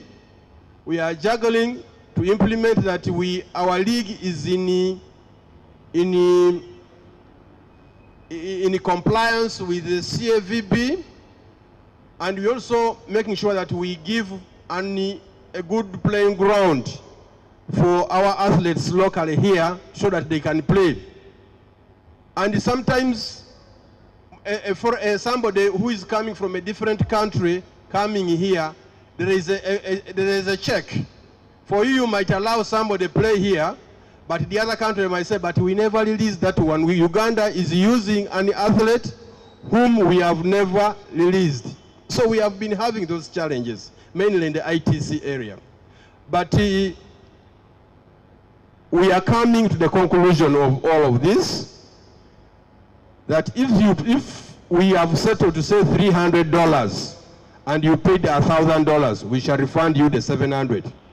We shall refund you the money, because you can't pay when other people are paying less. That one we shall do that. And secondly, don't wait for this symposium to bring your grievance to the federation. What about if they don't happen? You sit with it. We shall not be having this. We have an official email address. If you have your grievance, please push it, and we handle it in time. Other than, because these opportunities may not be there. Godwin might refuse to add us another symposium because it is at his liberty. Otherwise, we are not really making sure that we are trying to make sure that the floor is flat for everybody to play, but put in conditions we are playing in. We are not a fast developed country. And when I hear people complaining of the sun, or there is a shade here, I just look at them and laugh. I say, oh, man, these guys are copying the Western life, bringing it here. For me, just playing from here, even if that shade is there, as long as not the sun, I'm happy. I've played in a very, very rough environment than this, and this is an opportunity. At least there is, if it was 100% and it is only 40% coming through, then it is a very big blessing we need to appreciate. And even if you ask, in Uganda we don't have a standard FIVB, indoor we don't have, even in Rugogo, if you bring that measure of light, it has failed. It has failed. So let us adapt and play here. Thank you very much. Thank you, President. Time is not on our side. At some point, I think before the new season, I would request our GS again to arrange something, especially for the managers and coaches, so that we also go into the new rules, because there are changes that came and we cannot go through within a short time. Since we will start with the new rules in the new season, I would request that you will also organize something again so that we go through it. Otherwise, thank you so much for listening, and thank you for organizing. Round of applause for Mr. Innocent Komakech, who has really given this shot. I want to just quickly clarify to Coach Sheila's comment on the disparities, $1,000 versus $300. The board set $1,000 for fresh entrants in our system, league system, and $300 for those who are already here, who are playing already first round. Okay? That is why Joan, who was coming from Kenya, paid $1,000, and the others who are just regionalizing their play are paying $300. That is where, and that is for the basis. I have a quick question from Esther Mugarura. I'm sure she's a member of ESPO, to Coach Tony. Do institutions have qualified coaches as a way of identifying and nurturing talent while fresh and young? We may not rely on the sports tutors in the long run. Thank you. Our higher institutions of learning, the registered ones, have qualified coaches. There are those that are a bit younger that will need support. But at the end of the day, setting up the academies means the federation will help technically. They'll provide technical support in making sure that the ones in charge can have the right skills to impart, or they'll have a hand in helping the different academies make sure that they are actually doing the right things. So just to answer your question, yes, we can support in terms of having a few coaches do regular visits, and that will go a long way in helping. As of equipment and so on and so forth, you very well know, we all very well know that the federation doesn't have that muscle at this point in time. Right. Thank you, Coach Tony. Lastly, as a point of guidance relating to inquiries, especially about ITCs. In case, because SOC shares the fixtures, and if you have a match over the weekend, say against a certain squad, and you have your doubts about the status of certain players, please, in good time, write and request to be furnished with the status of players ABCD. It would be unfortunate if you walk to a match and you ask probably the ref or scorer or something, say, I'm contesting about so-and-so status. Can I see it now? These are stored with the Secretariat, and they can be provided, but you can still play under protest. And the good thing they did actually protest afterwards, and we answered them. I want to move to our program, and our next presenter is from the medic side, and that is Dr. Isaac Gabriel Otuk, who is currently serving as our head of medical commission. Gabriel is an orthopedic by specialty or specialization. I hope I got that right. And he's supporting individuals, clubs. Personally, my club is one that is benefiting from his expertise and his brand, FHNS. They are quite well spread across Africa, and they are assisting several athletes. He has a platform where he can answer anyone at any one time, and I thank you, Gabriel, for that. I'd like to invite you to make your presentation on injury management and conditioning of players.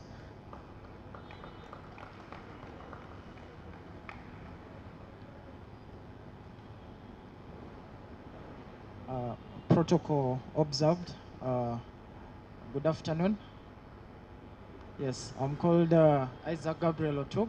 I specialize in orthopedics and sports medicine. I also have a degree program in public health.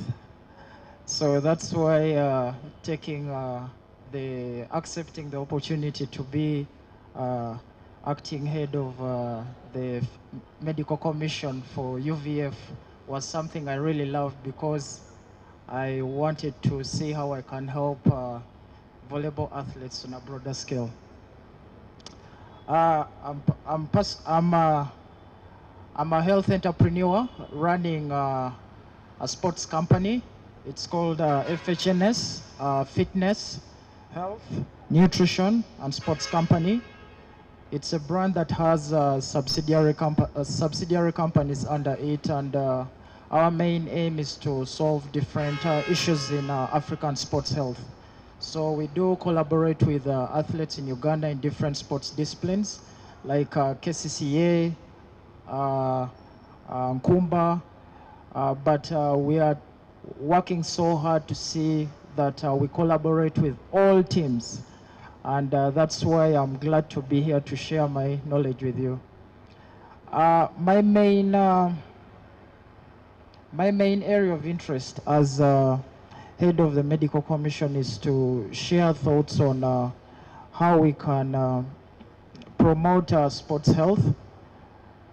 And there are two key areas which I have been so passionate about for the last 9 years in optimizing and seeing that we keep developing African sports gradually. So that is sports injuries. As coaches and managers, you've seen most of our athletes, we have good talent, but sometimes their talent gets cut short by injuries. But the issue is, it's not just the injuries, it's how we get to manage them, and developing a proper return to play protocol to enable them continue with their career. And then also we have other cases which are not necessarily injuries, but we can term them as medical conditions. We have some athletes who get their careers cut short due to medical complaints that are probably not addressed earlier. For example, heart problems. You've seen cases where in other sports disciplines where athletes faint on pitch, or some of them die while playing the sport, right? So some of those medical conditions are things that management of clubs, coaches, but also having a good system, a medical system in a club, it does help athletes perform, but also through identifying those conditions earlier so that their health is optimized. So there are key points I'm going to be emphasizing during this discussion, and kindly feel free to ask me any questions. So before, the first point is screening of athletes. Before beginning the season, I would encourage the management team for different clubs to take athletes through a screening program. And that screening program is basically aimed at looking out for chronic injuries that they may be having, and then also looking out for different medical conditions that could jeopardize their health or put them at risk when they get engaged in the game. Because a game like volleyball is quite an explosive sport. So if an athlete, let's say, has a heart problem, if this is not identified early, it might put them at risk immediately, or it might put them at risk as they grow older. You understand? Because an athlete who is 20 years old could probably manage the stress that they are putting to their heart. But as they grow old and reach, and they finish the game, they get to their 40s, they get to their 50s, they start experiencing the complications of what? Of that stress that they put their hearts through. There's a common condition in sports called athlete's heart. You know, that's an enlarged heart. But some of those conditions can be identified early, especially to find out those who are at risk. And identifying this requires screening programs.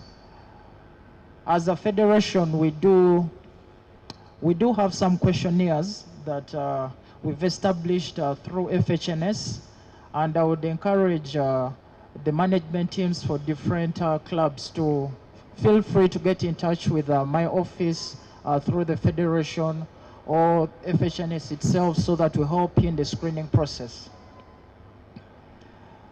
And then the other point is on injury management. I've had the opportunity to share thoughts with coaches like Coach Sheila, Coach Tony and Godwin on the importance of competence in injury management. I believe there are some athletes as well, like Akanyo, who have had to go through rehabilitation protocols in order to get better when they got injured. But this is an idea that managers of clubs have to initiate and put into play. When athletes get injured, we need to take it seriously, you know. They don't need to get injured today, and then they're taken to clinics and they're just prescribed pain medication, those anti-inflammatories, and then they are told to rest. And then after a few days, they get back and start playing. There has to be a proper protocol that we take our athletes through before they are cleared to play, for purposes of enabling them stay in the game longer, right? Because, well, some athletes have a high pain threshold. For example, when they get injured, it's easy for them to deal with the pain, and they are able to come back after a few days and play. But there are cases where we have development of chronic injuries. It's as a result of overuse. Now, as coaches or as managers of clubs, we want to avoid that so that we don't cut their careers short. The other point is injury prevention. Now, injury prevention is quite an interesting area that coaches and then also team doctors for clubs need to explore deeply, because it goes hand in hand with injury management, and then it also goes hand in hand with developing key programs that help in reducing the risk for injuries. But to develop these key programs, you can develop them well if you do a risk assessment for athletes. So there are some athletes, you know, there are so many factors that play a part in the causation of an injury. It might not be, if let's say an athlete is playing a game and then they jump up and they are hit, okay? They are maybe jumping up to block, and then they get into contact with a fellow player, and then they land poorly and they get an ankle sprain. It might not be necessarily just the mechanism of how the injury was caused, but you might find that they have other risk factors like weak muscle fibers that could have predisposed them to hip instability, that could have predisposed them to weak thigh muscle fibers, yeah, and that affected their biomechanics during the game, right? So having that risk assessment done, which can be done during the screening program at the beginning of the season and then also mid-season, and then coaches developing programs that we term as rehabilitation programs. So rehabilitation programs in the game of football, we have what we call the FIFA 11 Plus. I don't know whether you've heard of it. So the FIFA 11 Plus is an injury prevention program in football, which can actually also be translated in other games. So it focuses on key factors of fitness which are important for performance, and those muscular strength, and then also having the ability to have balance and awareness. That is, we call it proprioception, and then the ability to have the capacity to perform sport-specific tasks, right? So, as coaches, well, I'm not a coach, but coaches have the technicalities of the game. They understand the game deeply, and they know what is required for an athlete to perform well. So developing some of these key programs that can help in injury prevention is quite important. And then the next point is access to sports medical services. In our setting here, I've noticed, and also as a health entrepreneur, I've noticed an inadequacy in proper sports medical facilities where we can always send our athletes when they get injured. And that's the reason why we are having this kind of collaboration with the federation so that we can be able to help our athletes.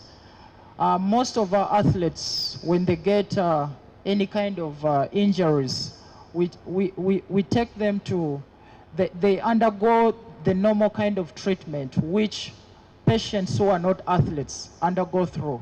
So if, let's say, an athlete sustains an ankle sprain, they're taken through the normal treatment protocol like a normal patient, and yet they require proper care before they get back to play.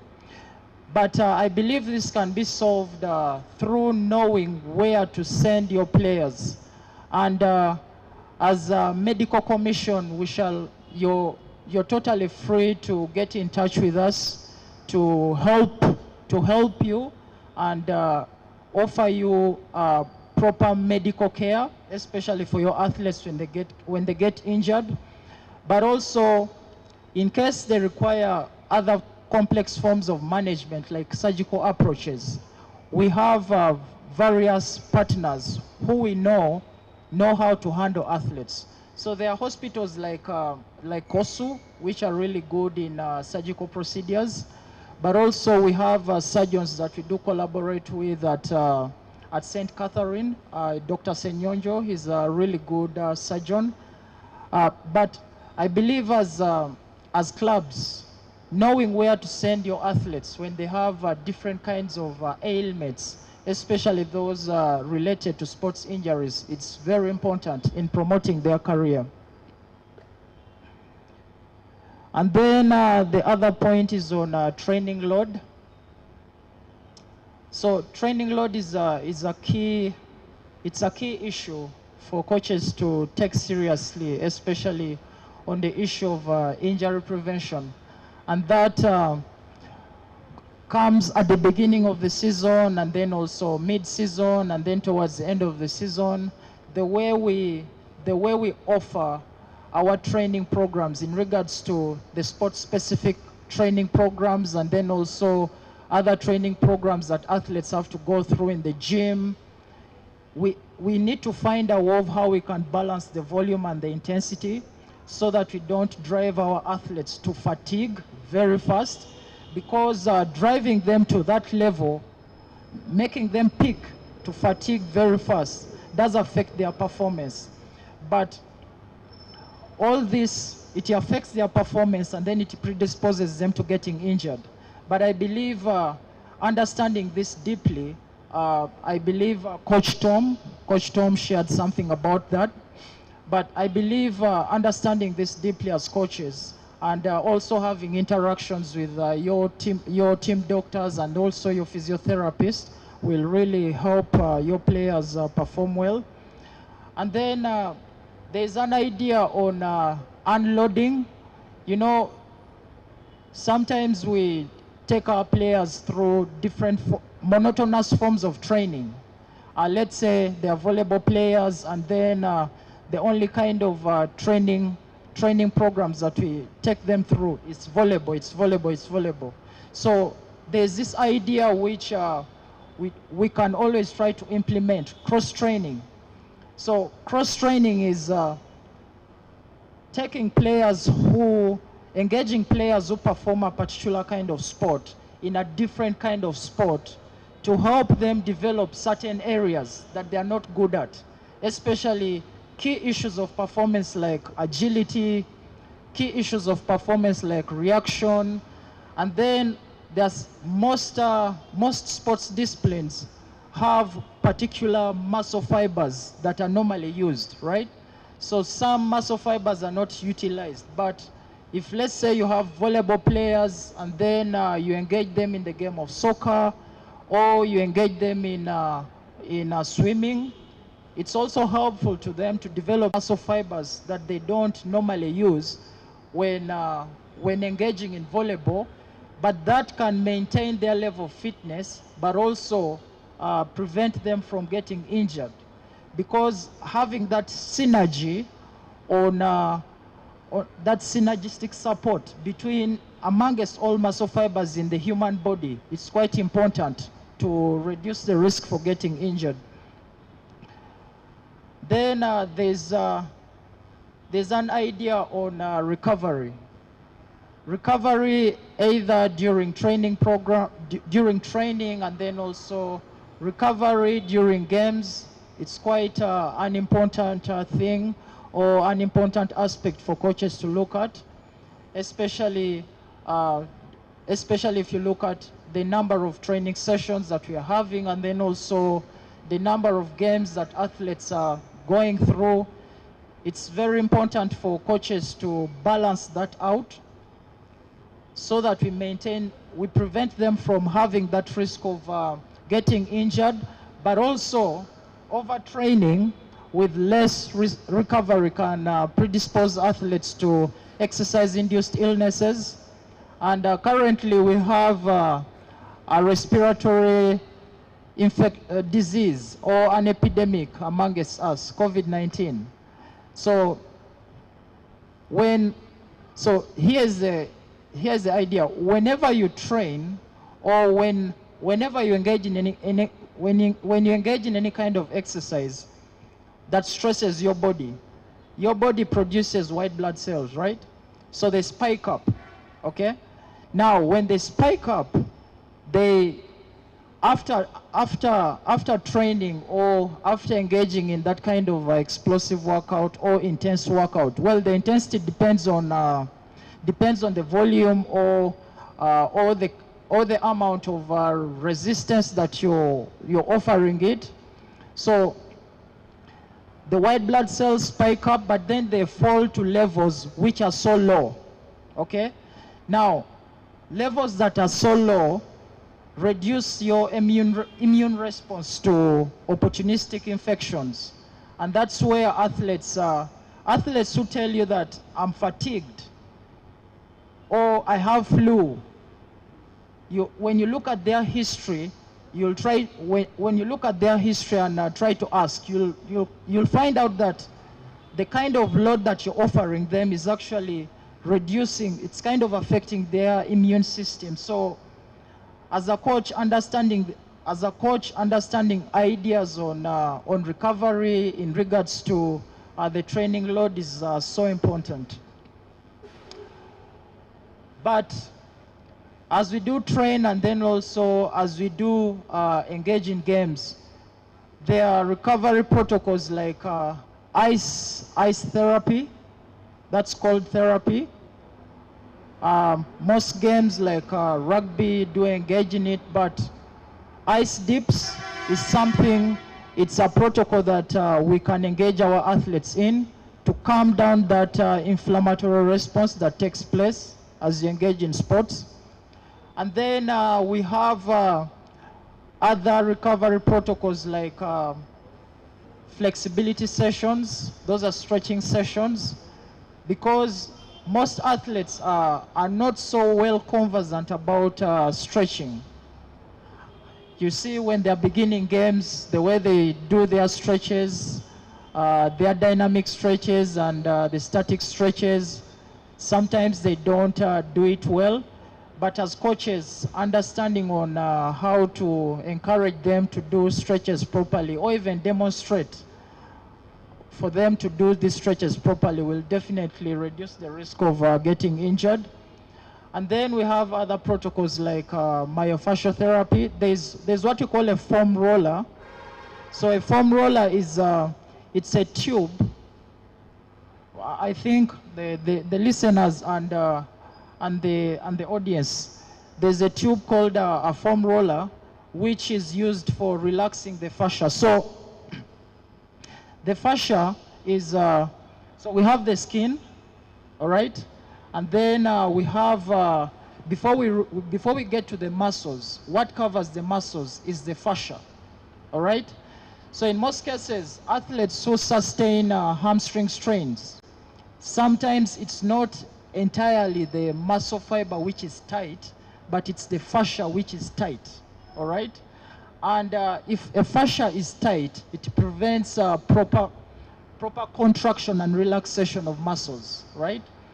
Now, athletes might be doing their flexibility sessions well, right? But if their fascia is tight, it still predisposes them to getting injured or getting muscle strains. Now with myofascial therapy, what we use is we can use a foam roller. You'll check it out, and then so the foam roller it's a tube. It has rough edges, or we can use a tennis ball. We can use a cricket ball. Yeah. We can improvise any kind of tissue any kind of equipment like cricket balls. They are helpful in and it's more like a self-massage, right? There are athletes. Myofascial therapy is something that it's a protocol that athletes can even use prior to games. They can implement them prior to training as well, and it's so important. It's very, very helpful. Nutritional health. As athletes engage in games and training sessions, it's important to advise them on how to take care of their nutritional health, because most of our athletes engage in intense training sessions, they engage in intense games, but how they replenish their bodies with proper nutrients is sometimes inadequate. So understanding how to encourage them on nutritional health is quite important. And then psychological care. So earlier on, Coach Tom was talking about personality traits. Well, personality traits, that's a good concept. Yeah, Coach Tom was talking about personality traits. Personality traits, we have the different kind of personality traits like agreeableness, disagreeableness, neuroticism. So understanding your players is quite important. But the idea of psychology is to help your athletes play to their best, because there are sometimes when athletes are very fit, but they can't break that ice, right? They are so fit, they beat teams, but when they reach that peak where they need to really perform to their best, they can't go past that, right? So understanding the idea of implementing psychological modalities, let's say through motivational coaches, team building, It's also a good way of bringing teams together because there are so many aspects that play a part in team performance. It might not be the referees, it might not be the coaches, but also how the athletes bond, how the team is bonding, athlete to athlete. So engaging them in such activities will really help team performs well. So as I conclude, I want to stress the idea of proper referral systems. For the clubs that have been represented here, all the people who are watching online, I would encourage you to get medical representatives from your team so that they can liaise with the medical commission, so that we create a community of medical personnel in the federation and find ways of how we can support the athletes. And FHNS personally will support and see how we can build sports health in Uganda volleyball. Thank you so much. Thank you very much, Dr. Isaac, for your presentation.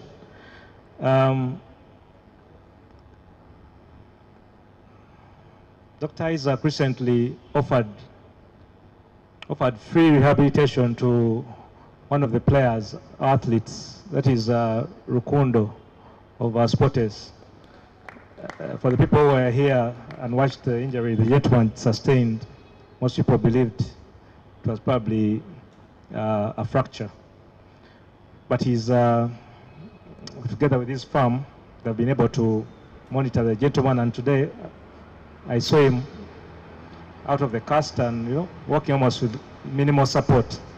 So we appreciate the kind gesture offering to the fraternity, and please engage the gentleman. He's very knowledgeable. I hope you read the material he supplies and shares across the platforms on the Games Teachers platform, managers, and also his WhatsApp group. There's a lot of content there that you need to take time and internalize.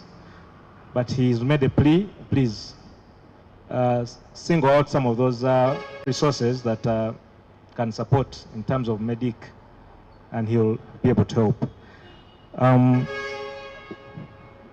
Moving to our last presentation, I would like to, before I invite our last presenter,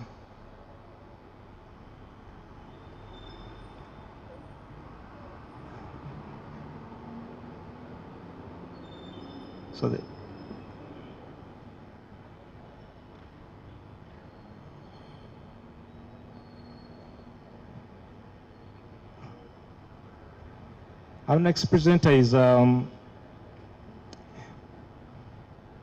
he's a sportsman, first of all. There's no better person we could engage to come and speak to managers of clubs without an experience of sports. So Mr. Patrick Aiga Obita is a family man, has 4 children, with a wife, definitely. He's a writer. He's authored a book called Conservations of Managers. I have a copy. It's a very, very well researched book. He runs a program called the Manager Resource Center, which provides a one-stop center for solutions to all your management challenges or problems. He holds a master's degree in development studies,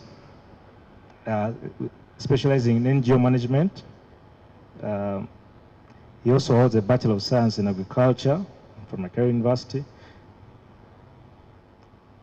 He does work with World Vision International, DAVLink, and as well as running his Manager Resource Center. Patrick is a co-founder and currently the managing director of that center. He does he also runs a publication agency, ensuring that people and organizations exhibit management with distinction. In addition, through the Manager Resource Center, Patrick is leading the firm's initiatives in rendering sports management, consulting services to sports entities to enhance their management with distinction. Like I said, he still keeps fit in engaging in sports activities and mostly soccer through the alumni associations, those corporate leagues, and the Oldies League. So he's already past his fourth floor. So to keep fit, some of you here, the corporate league and futsal. Yeah, this is the guy really. He's also founder and CEO of Kitty Children's Sports, a sports entity that is using to nurture the talents and skills of children in order to become great and useful personalities in future. I've seen his talent. He grooms children as little as this. He's in the space of soccer, but management cuts across. Today he's here to share about governance versus management and the process of developing a proper club management approach. Patrick is my old boy. We shared some time in Namilyango College, and as alumni, we reach out to anyone who has specialization. And today he's given us this talk on a pro bono basis, free of charge. So listen to his resource for the people who are online and people here. Thereafter, for any specific presentations, we can engage him. Mr. Patrick Aigayo, welcome to talk to the Volleyball fraternity.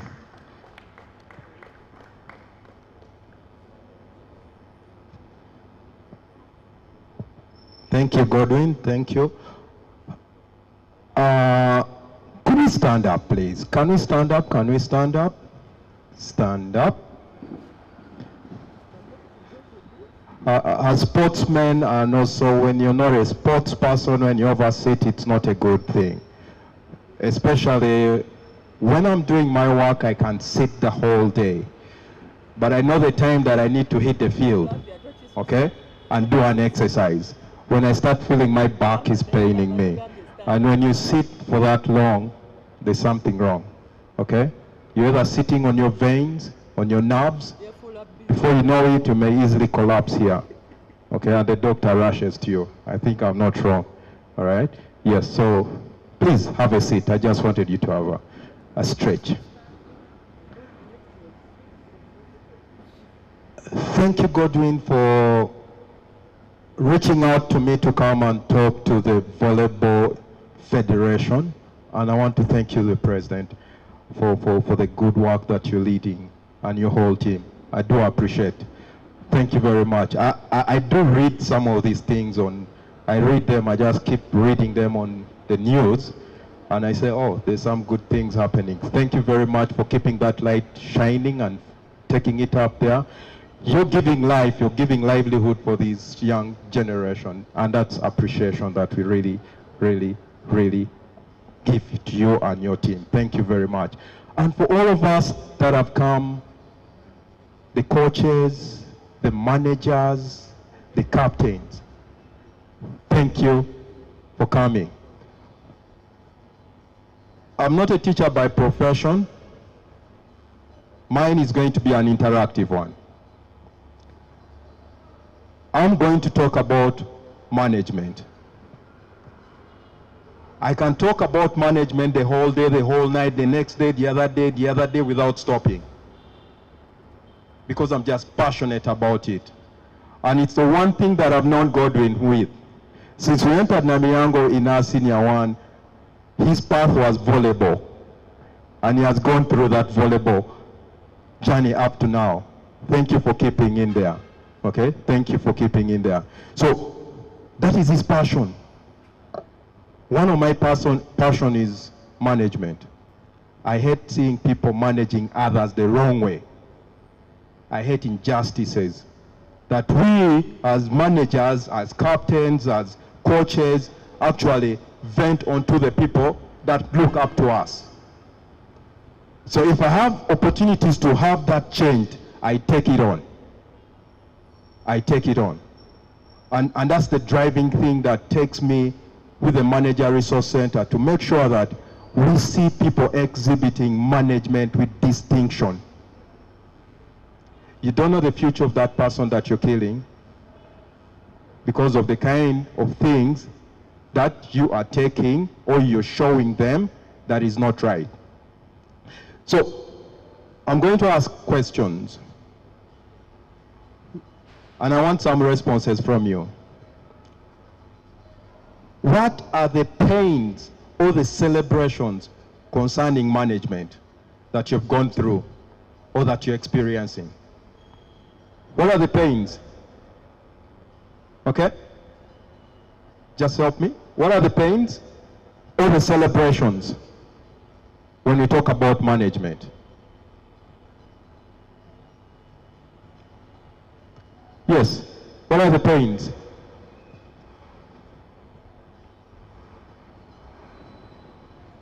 Maybe I'll start with the celebrations. When you succeed in something, when you achieve 100%, those are some of the celebrations. Okay. The achievements is what you're celebrating. Okay. Any other person? Up there?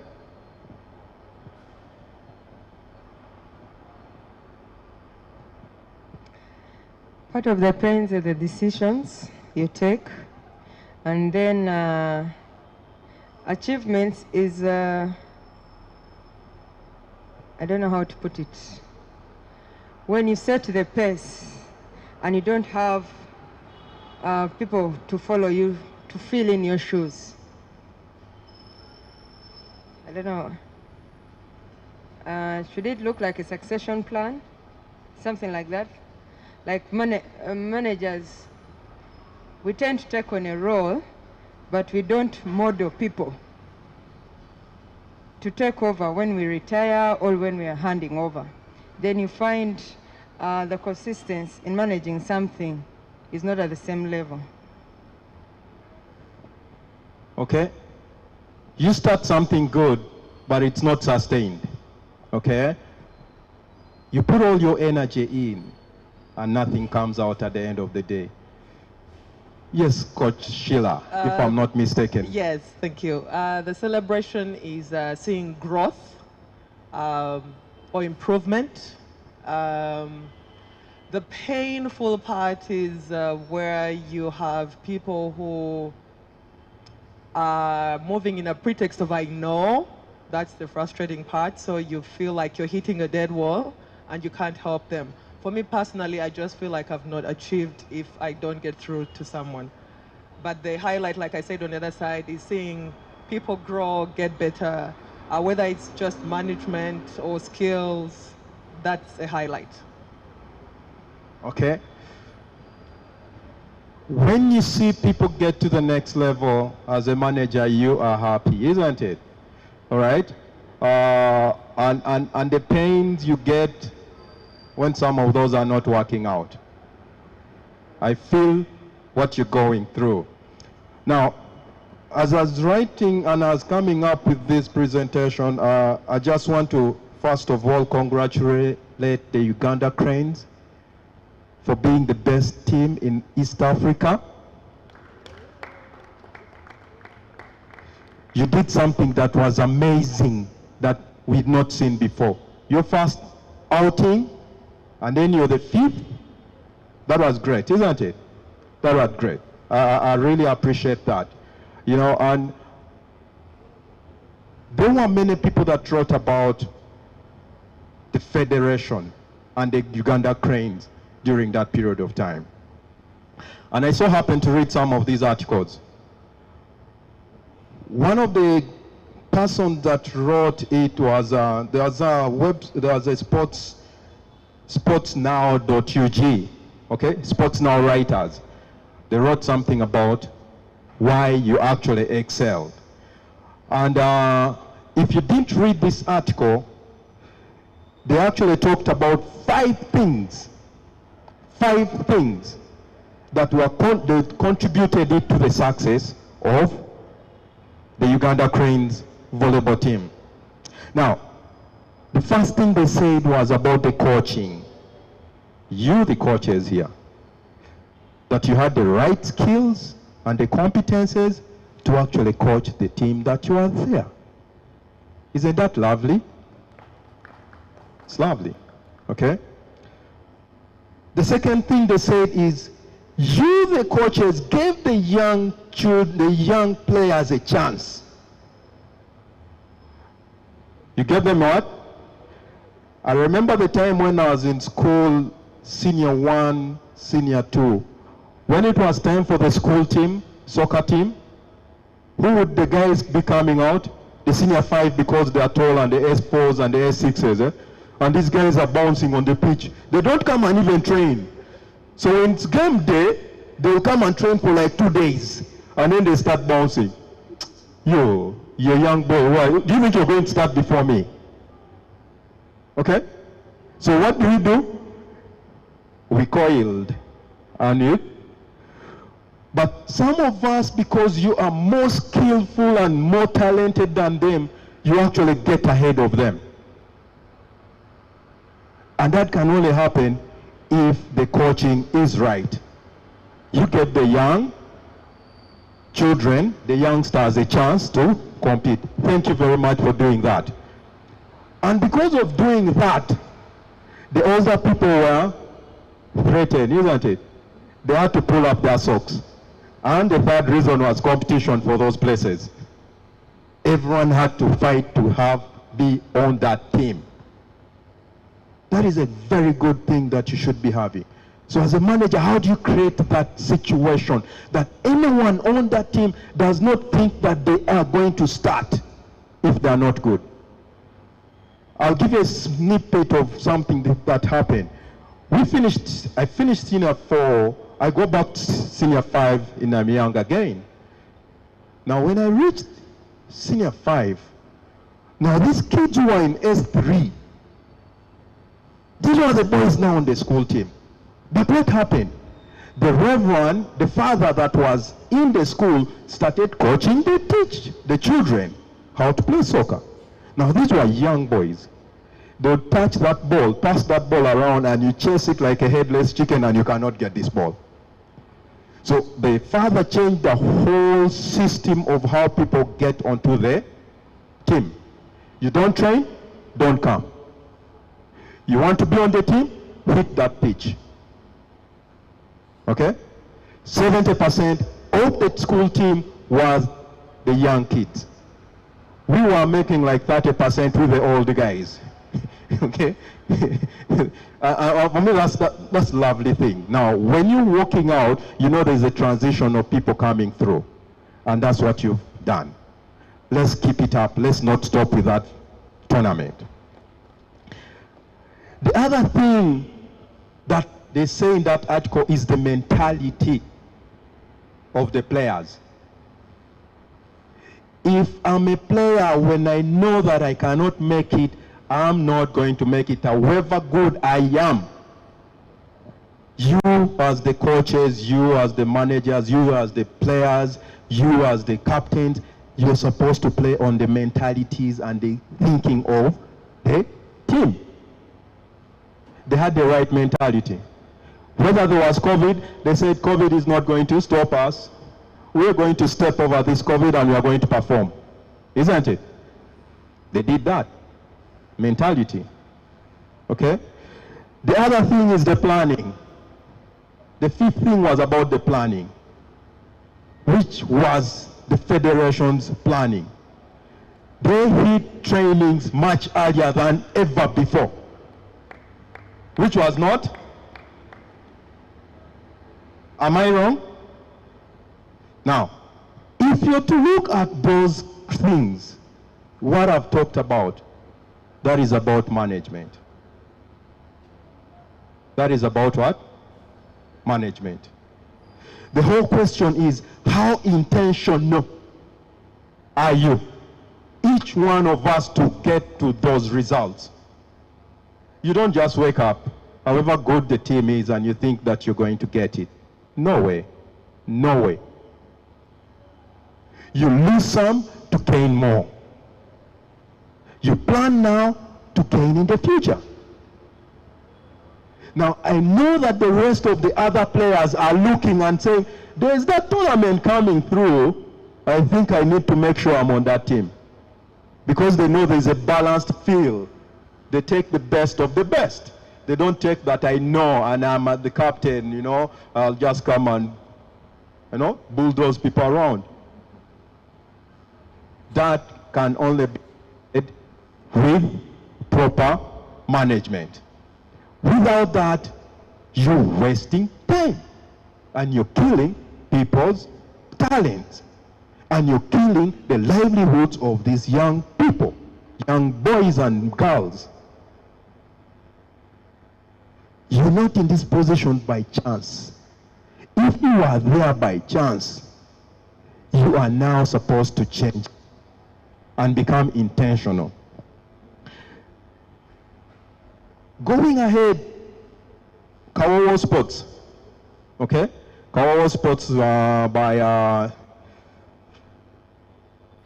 was, they wrote an article by David Isavire. I know David Isavire from way back in the university as well. So he does write a lot. Now, I'm just going to quote exactly what he wrote. And this is what he wrote in one of the quotes, is that the Uganda volleyball national team returns with their heads up. Despite the sketchy preparation, we had challenges with the use of indoor facilities due to the national lockdown brought about by the corona pandemic. Also, we did not have an active league, but the players prepared well and staged a gallant performance. Our focus now will be to see how the league kicks off another international tournament as we look at the pool of other players, and that is not said by any other person apart from Sadiq Nasiu. Okay, that was the quote in the Kawawa Sports of what he said. Now, another person said, I would like to categorically thank the players for the performance. I thank the management for enabling the preparation amidst all hardships. I know we shall keep improving. And that is none other than George Aporu. Okay? Those are some of the talks they were talking. And they are thinking for that.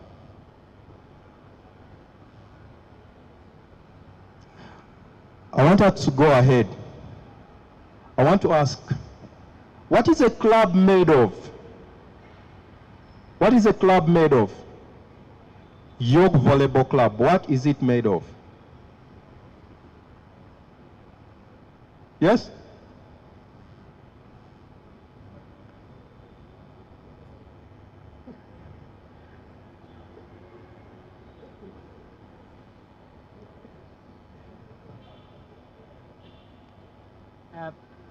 The club is made of management, members, players, funds. Okay. Management, players, funds. Okay. What is a club made of? Godwin? I think a club starts with the foundation body. There is someone who came out with the idea first of, oh, I think this organization or this community needs a club.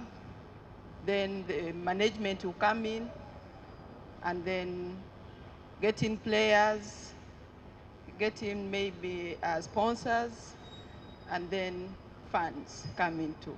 Thank you. Okay. The founders, the people who born the idea. Now,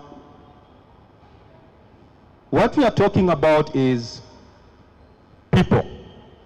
Am I wrong? Without people, there is no club. Without people, there is no what? Now, who are the major people that make a club? One, the management or the employees of that club. Two, the players. Before we think of the funds, before we think of the federation, before we think of any other person.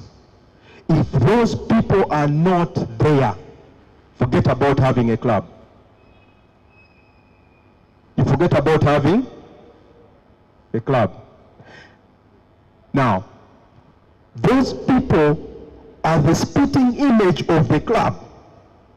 Some of us enter in the club and you say, me, I'm not that club. Me, I'm Patrick. I'm not that. Trust me, whatever you all in that club do reflects what that club is. We forget this fact.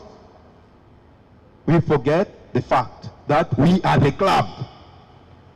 But we'll say, the club is there. It's like the club has another imaginary thing and the people are different. No, you are the club. So whatever you do, it is you. He's the club. Now, if we didn't get it twisted and we started thinking like that, some of the things that are happening would not be happening. Am I wrong? Am I wrong? You cheat, but then you say it's the club that is cheating. Am I wrong? Okay? The coach does his things here and says, that's the club.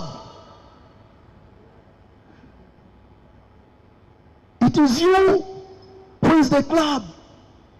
So we need to not get some of these things twisted if we are going to talk about proper club management. Now, let me just run fast ahead. There are two things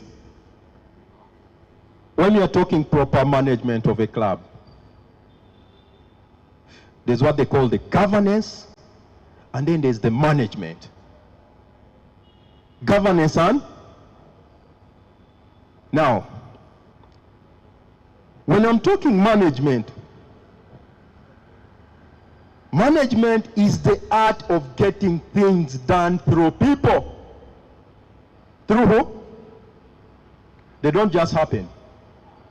I get the results that I get in the club because of the people within the club.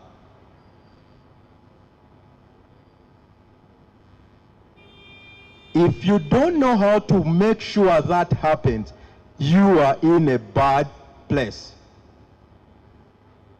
You are in a bad place. Now, when it comes to governance,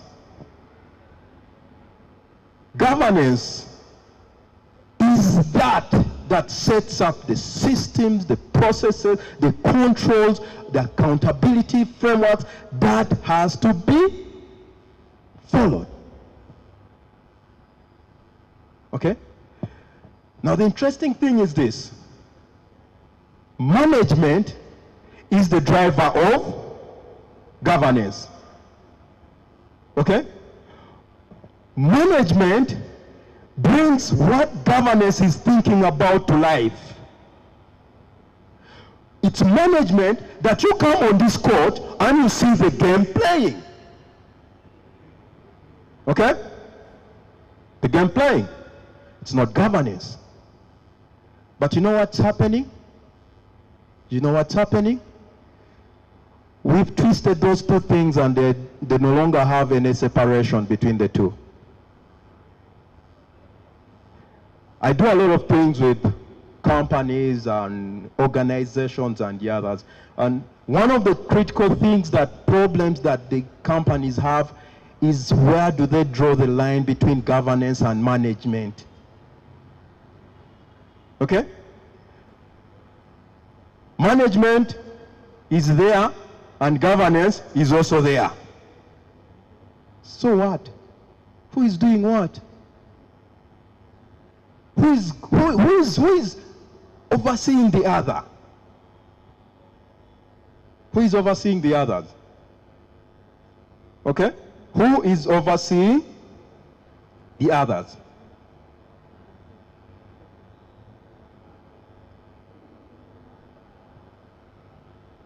At a governance level, you set the policies. You approve the policies. You approve the strategic plans. You approve the guidelines. You approve the framework that is supposed to be done. Okay? At management level, we are supposed to make sure all those other things that have been said are in place. The plan is being implemented.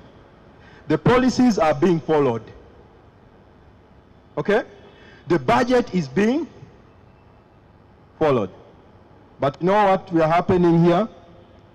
Is I start my club. I'm everything.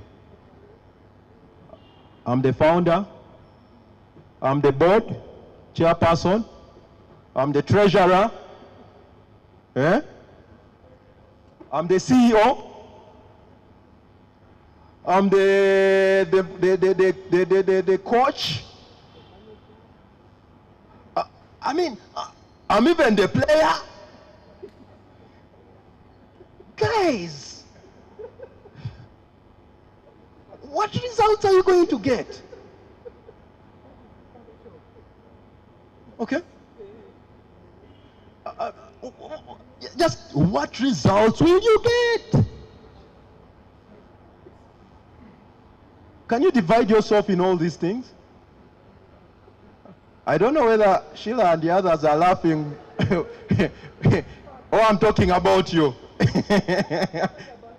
Yeah? Now, if this person is not there, people will say, Tanawa kujaba wakatsoke tuliveko.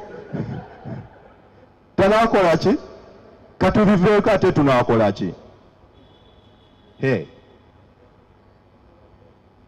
Let's separate governance alone and let's give management alone. If we really want to see the kind of things that we want to see. If we really want to see the continuation of the performance of the Uganda Cranes, we need to let that happen. If we don't, forget about it. Forget. Don't even say that you are in the Volleyball Association, forget. Don't even say you started the club, forget. Forget. All right?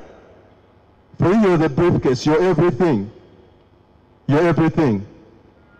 Okay? The question is, why do you allow such things to happen? Why do you allow such things to happen? Okay? One of the things is, we as governance level, we have the mindset of a manager and the management level.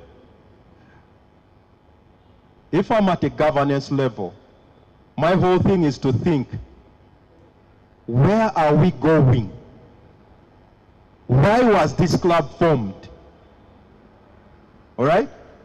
What is the dream of this club? Now, that's why, was it Tony way back in the university, Tony used to keep our volleyball team in Nkrumah Hall shining, yeah?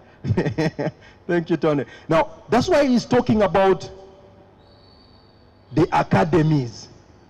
Now, because we never had that vision, we are asking ourselves, what the hell are you talking about us having academies? Then I'm also asked, where the hell are you going to get the players? Where? Where are you getting them from? You think they are going to be born when they know how to play volleyball?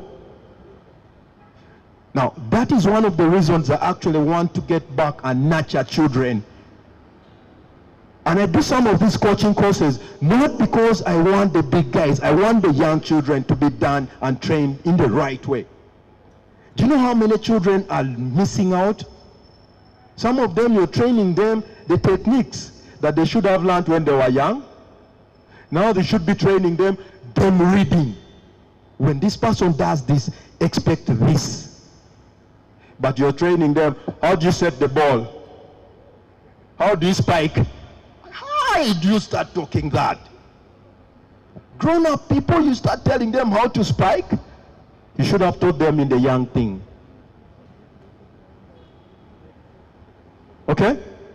So we have that mindset of management, but we're at the governance level, so we cannot think strategically.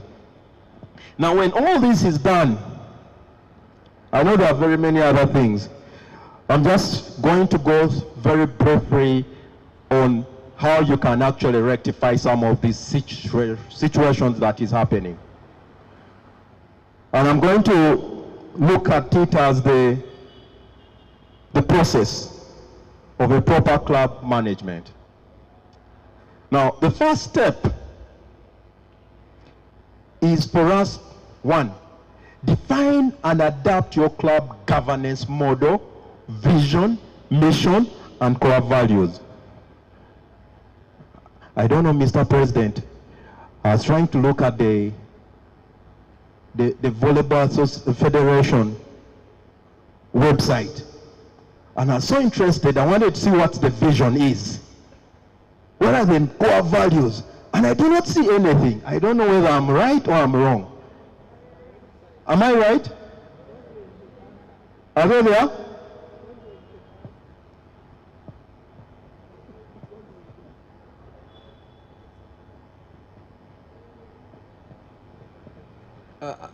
When you look at the website, you will not see them. But I want to tell you that towards the end of this year, we did a retreat as the executive, and our retreat, a 2-day retreat, was specifically on the development strategy or the plan, and all the things are there. The document will be coming out soon. It is at the last point of final tuning, but we are aware that we need to have it. Now, you fail going forward because those have not been sorted out. Okay? Now, your clubs you have, I even don't know the clubs how they are now. I think I shouldn't even go there. At least now, they have a mission statement that is there. Okay? At least the clubs. You have something to say? The clubs have. Which club is that one? Which one? KAVC, eh? The only club. The oldest club. I wish you had passed on some of that knowledge on to the other young guys. Okay? But whenever you're starting a club, that is the first thing you need to start from. The first thing you need to start from. Okay? Me and us as the Manager Resource Center, our vision is everyone exhibit management with distinction. Whatever it is distinction. Exhibiting management. So whatever we do is to you to go to that level. Our vision statement is there. Now, the mission statement is it's how you're going to achieve the vision statement. The core values give you the foundation, who we believe in, what we believe in. You need to have that done. The second thing is the organogram. The organogram. In the organogram, anyone who is employed in that organization should be reflected in that structure. Okay? You start from the board, or the founders, you come downwards. Everyone in that club should be. But we may not have that. Then how are you going to know who reports to what, who has which power, how are you going to, these policies that you're going to be making and all that, who are the roles in that place, you don't know. How are you going to have anything that works? The third thing that you need to have in place, and this is very critical, is developing the culture of the club. Now, when I talk about culture, culture is how things are done around here or in your clubs. It's how things are done in your clubs. You don't need to tell me that you people value other people. You don't need to tell me. I just need to feel it and observe it. And that's your culture. Okay? You don't need to tell me that the clubs are very excellent. You don't need to tell me. I just need to know. I just need to know. You don't need to tell me that you people are disciplined. I just see it. You're fighting with the refs. You're fighting amongst yourself. You're fighting with the coach. How do you tell me? It's your culture. Develop the culture that will stay there. When everything is done and gone, that culture will remain. The fourth thing, there are only 9, I'm about to finish them. Do you have a strategy for that club? At any single time, you should be having a strategy that takes you to a certain point. Do we have a strategic plan for our clubs? We want to grow our visibility. We want to get sponsorship. We want to make sure that we take that league. Okay? We want to sell our players. We want to get sponsorship.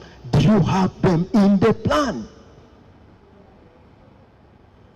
If you have them, lovely. The federation has showed you the way. They've done theirs. Can we have it replicated down as well? That one makes sure not to just run any other place you're talking about. There's this thing coming off and let's go there. No. Focus is you. Okay? The fifth one is the policies, the guidelines, the rules. Do we actually have this developed? Do you have them? You're employing people. Do you have an HR manual? You're having staff. Do you have a conduct, players' conduct? No? Do you have anything, the rules of everyone has to follow? If you don't know how to make them, please, we are here. That's one of the things that we do and we love to do. We sort those things very fast for you. Okay? We sort those things very fast. Right now, we are spearheading developing the whole structure, the whole setup for one of the oldies league team called Butabika Prisons FC. Okay? We want to develop all these charters of everything in place, the structure and everything, this job description for everyone in that place so that they know what they're supposed to be doing. Do you have it? Make sure you do it. The sixth thing is recruit the right people in this different position. Some of you just wake up and then you come and say, I think he's the best one. He's the tallest guy. Okay? When he stands like this, every player will just keep quiet and say, yes, yes, yes. Can you have the most competent guys filling up these positions that we have? Recruit them and make them part of the club. But this recruitment should be based on the structure that you've developed and that has been approved. Don't just wake up and say, I think I need a funds person here. Eh? Okay? Then you're like, we need someone to collect the money at the gate. Please, is it not in the structure? Don't waste your time. But maybe have it approved so that you do that. The other seventh thing is these people that you have recruited, onboard them or orient them. I know some of you are in these positions, you don't know what your roles is. A player comes in, a player does not know what is expected of them. But you want them to produce. Produce what?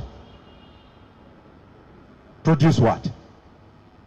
Sit down with them, orient them, let them know what they're supposed to be doing and what you expect from them and what they expect from you.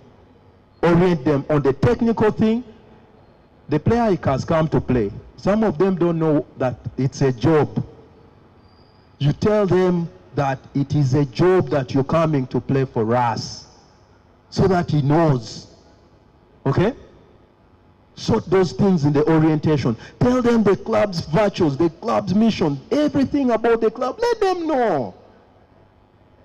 How are you going to have a buy-in from these guys if you don't tell them about yourselves, about your clubs? Then the second last thing, I call it swim in the pond. When all this is done, make your hands dirty. Okay?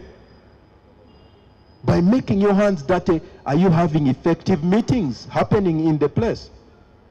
Are you passing on communication? Some of us are coaches and managers, but communications are here in our armpits. We don't tell the rest of the team what's going on. We keep it here. You think holding that information is power? That has never been power. Pass information to the people, to the players, to your club members, to the fans. Pass it to them. Then finally on that, which I call step 9, is accountability. After all those other things have been done, account. How account for this? Performance. Did you have a performance target set before? How far did you implement it? Tell us how far you actually implemented it. Some of you, there are people that have been on there, you're supposed to fire them, but you keep them. You even don't know how to appraise them. Okay? You're just looking at, man, that man has been here for long, so what? He's working. What is he working? What has he done? He's good with the funds. Did he only come for the funds? The funds things may be by the way. He's supposed to produce certain things, isn't it? He's supposed to make sure that the team jerseys are on at the venue every other single time, but this man is coming and you're borrowing jerseys. Okay? You're being the unsmartest people. They have even not washed the jerseys. They are smelling sweat. And then you're saying, he has been there for the fire that person. He has not done his what? His work.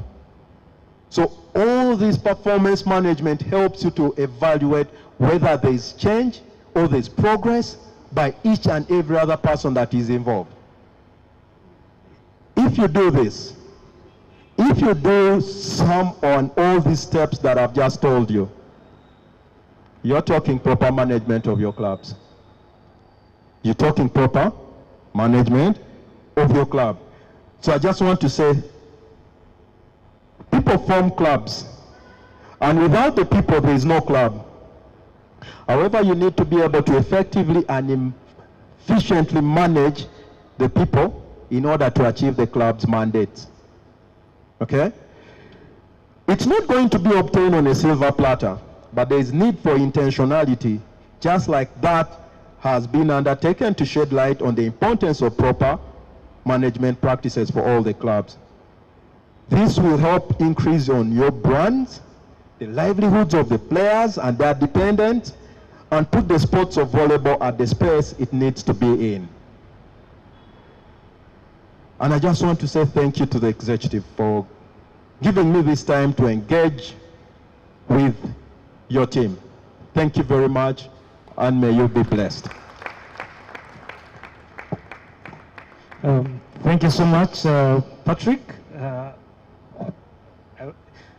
Indeed, it's true you could talk till tomorrow about management. And I was ready to send for my beddings and listen till tomorrow. Another round of applause for Patrick. He's been very straightforward. He's not a member of a volleyball fraternity, but he has touched on areas that we know actually are facts and factual in our space, in our clubs. They could also apply in the federation. And I think we have to reflect upon them and go back. He's hit on the beat of cutting, making separation between governance and management. And I think that is where our biggest problem is. He's spoken about individuals, clubs based on individuals. What lies ahead when that individual is not there? I think we have to make that preparation, prepare a clear succession plan that there will be continuity even after we've left these positions and roles. Thank you very much, Patrick, for that presentation. Definitely we'll be having you more because their management is very broad. He's just summarized it to where we restricted him. The next time it could be something else. I apologize that we've really eaten up upon your time due to the delayed start. I want to,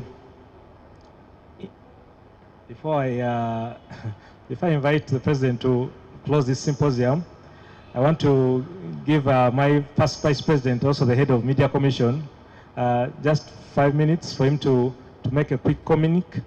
Then we can wind up this. Mr. Abdallah Kijigundu.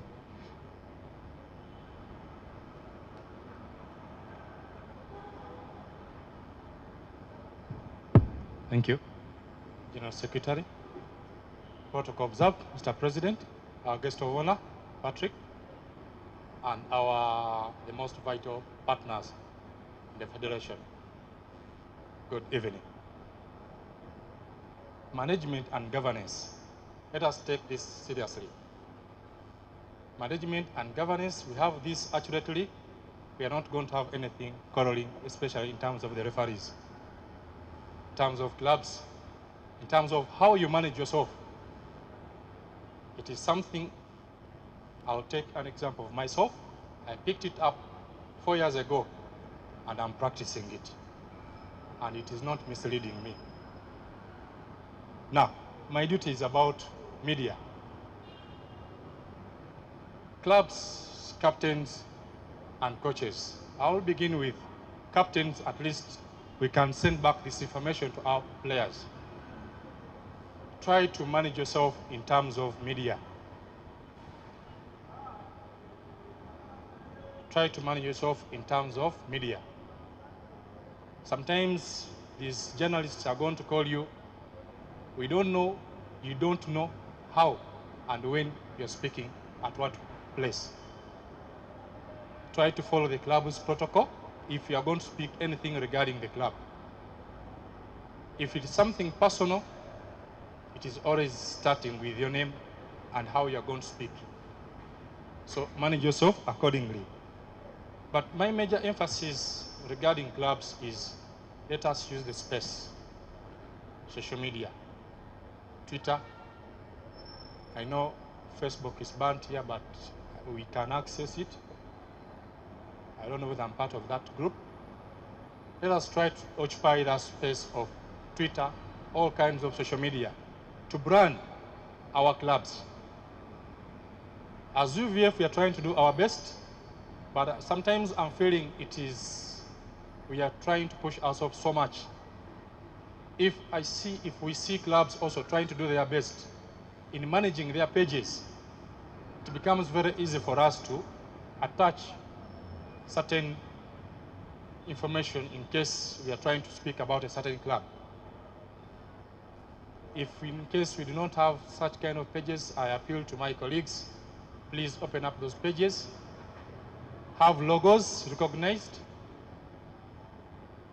bring out that image of your club. If maybe you have some weaknesses in how to operate it, engage us. I'm always around, especially at venues of soccer. I'm always around. Try to manage the Facebook pages. Try to manage the Twitter pages. In that, there is something we are doing indirectly that is attracting sponsors. Lastly, on the issue of branding ourselves. At certain clubs, we can thank ourselves. That is KCCA, Sportes, OBB, and KVC. Mr. President, these clubs have adjusted in according how requested some time back, how they appear when it's their time to be on the court. I appeal to my other clubs, please try to make the bench looking beautiful on your side. You may be weak, but there's something very beautiful we may pick from you. Adjust, brand yourselves. I know we are very good in that. Let us brand ourselves, be in uniform, let us be recognized. Something very beautiful is coming towards the end. But it will be more energetic if at all our brand is very clear. Let us use social media network. That is where the world is currently. Thank you. Applause for those brief remarks. He's very specific, and like we said, no wonder we are streaming here, but we're also physical. So we know we have to reach out to other stakeholders who may not be here, but social media platforms is the way to go. So please don't be left behind. The lockdown did teach us something. If you didn't learn something from the lockdown, I think it was time wasted. I'd like to invite the UVF president, Mr. Sadiq Nasiu, to pass on a vote of thanks to our presenters and also give his closing remarks and eventually declare the symposium closed. Mr. President. Thank you very much, General Secretary Godwin. I want to thank you, before I thank the others, for championing, make sure that we have this symposium. For us who have been attentive and hear from the word go,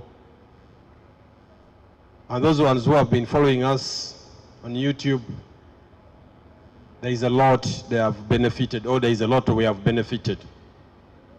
I want to thank the participants who have endured this session to come and listen to what has been offered here.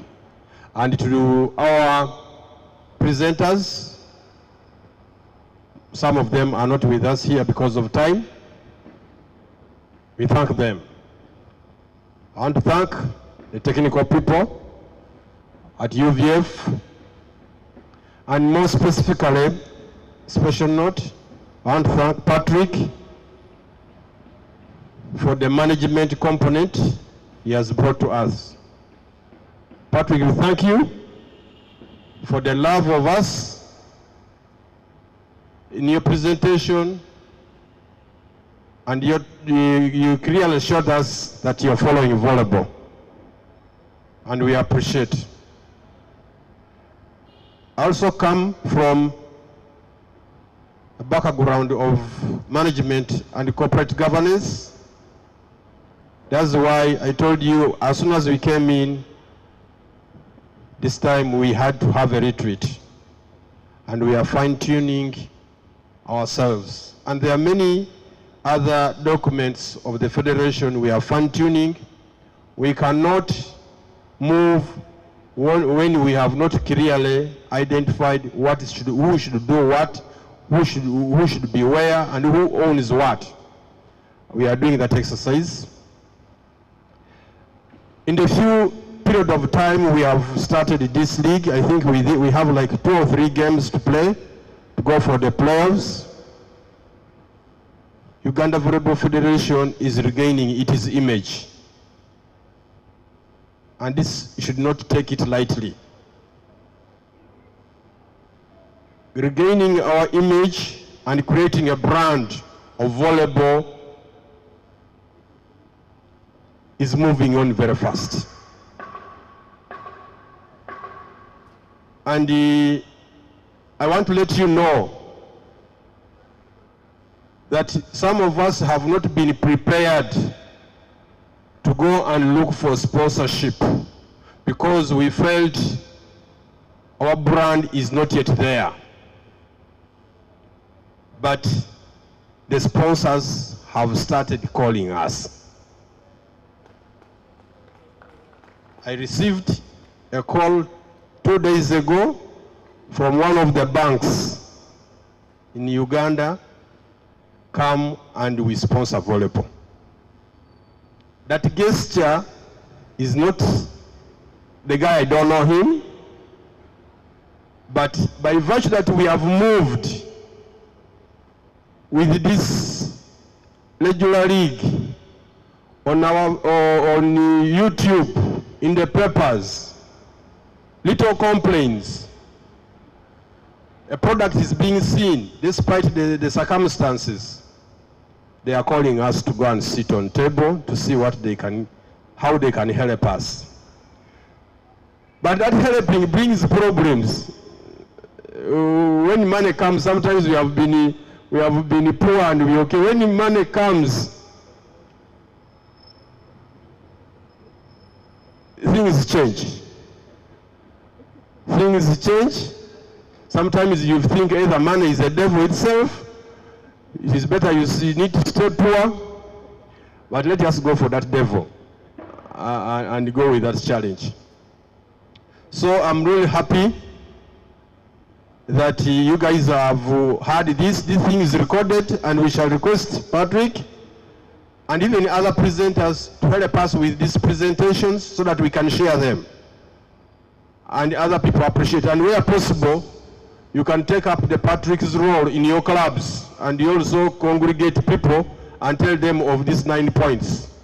Hopefully you'll be transferring Patrick's knowledge to the right people who are not with us here. If it is recorded, we can replay it. I want to thank you again for the endurance, the sacrifice, the pro bono services. We are not paying him to come and talk to us at his cost. May the good Lord reward you abundantly. We have nothing to pay you. And with that, I officially close our symposium. Thank you very much.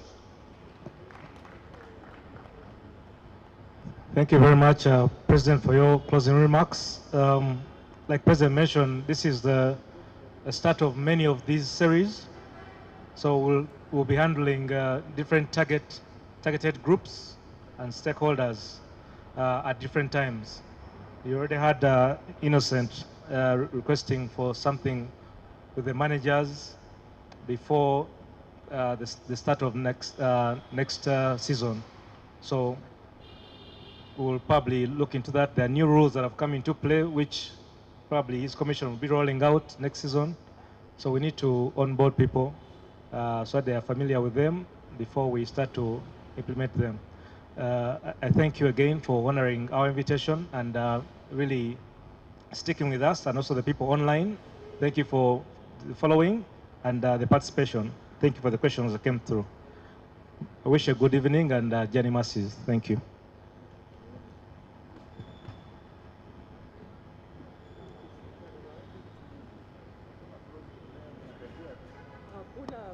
Opening and closing prayer. Pray in your heart.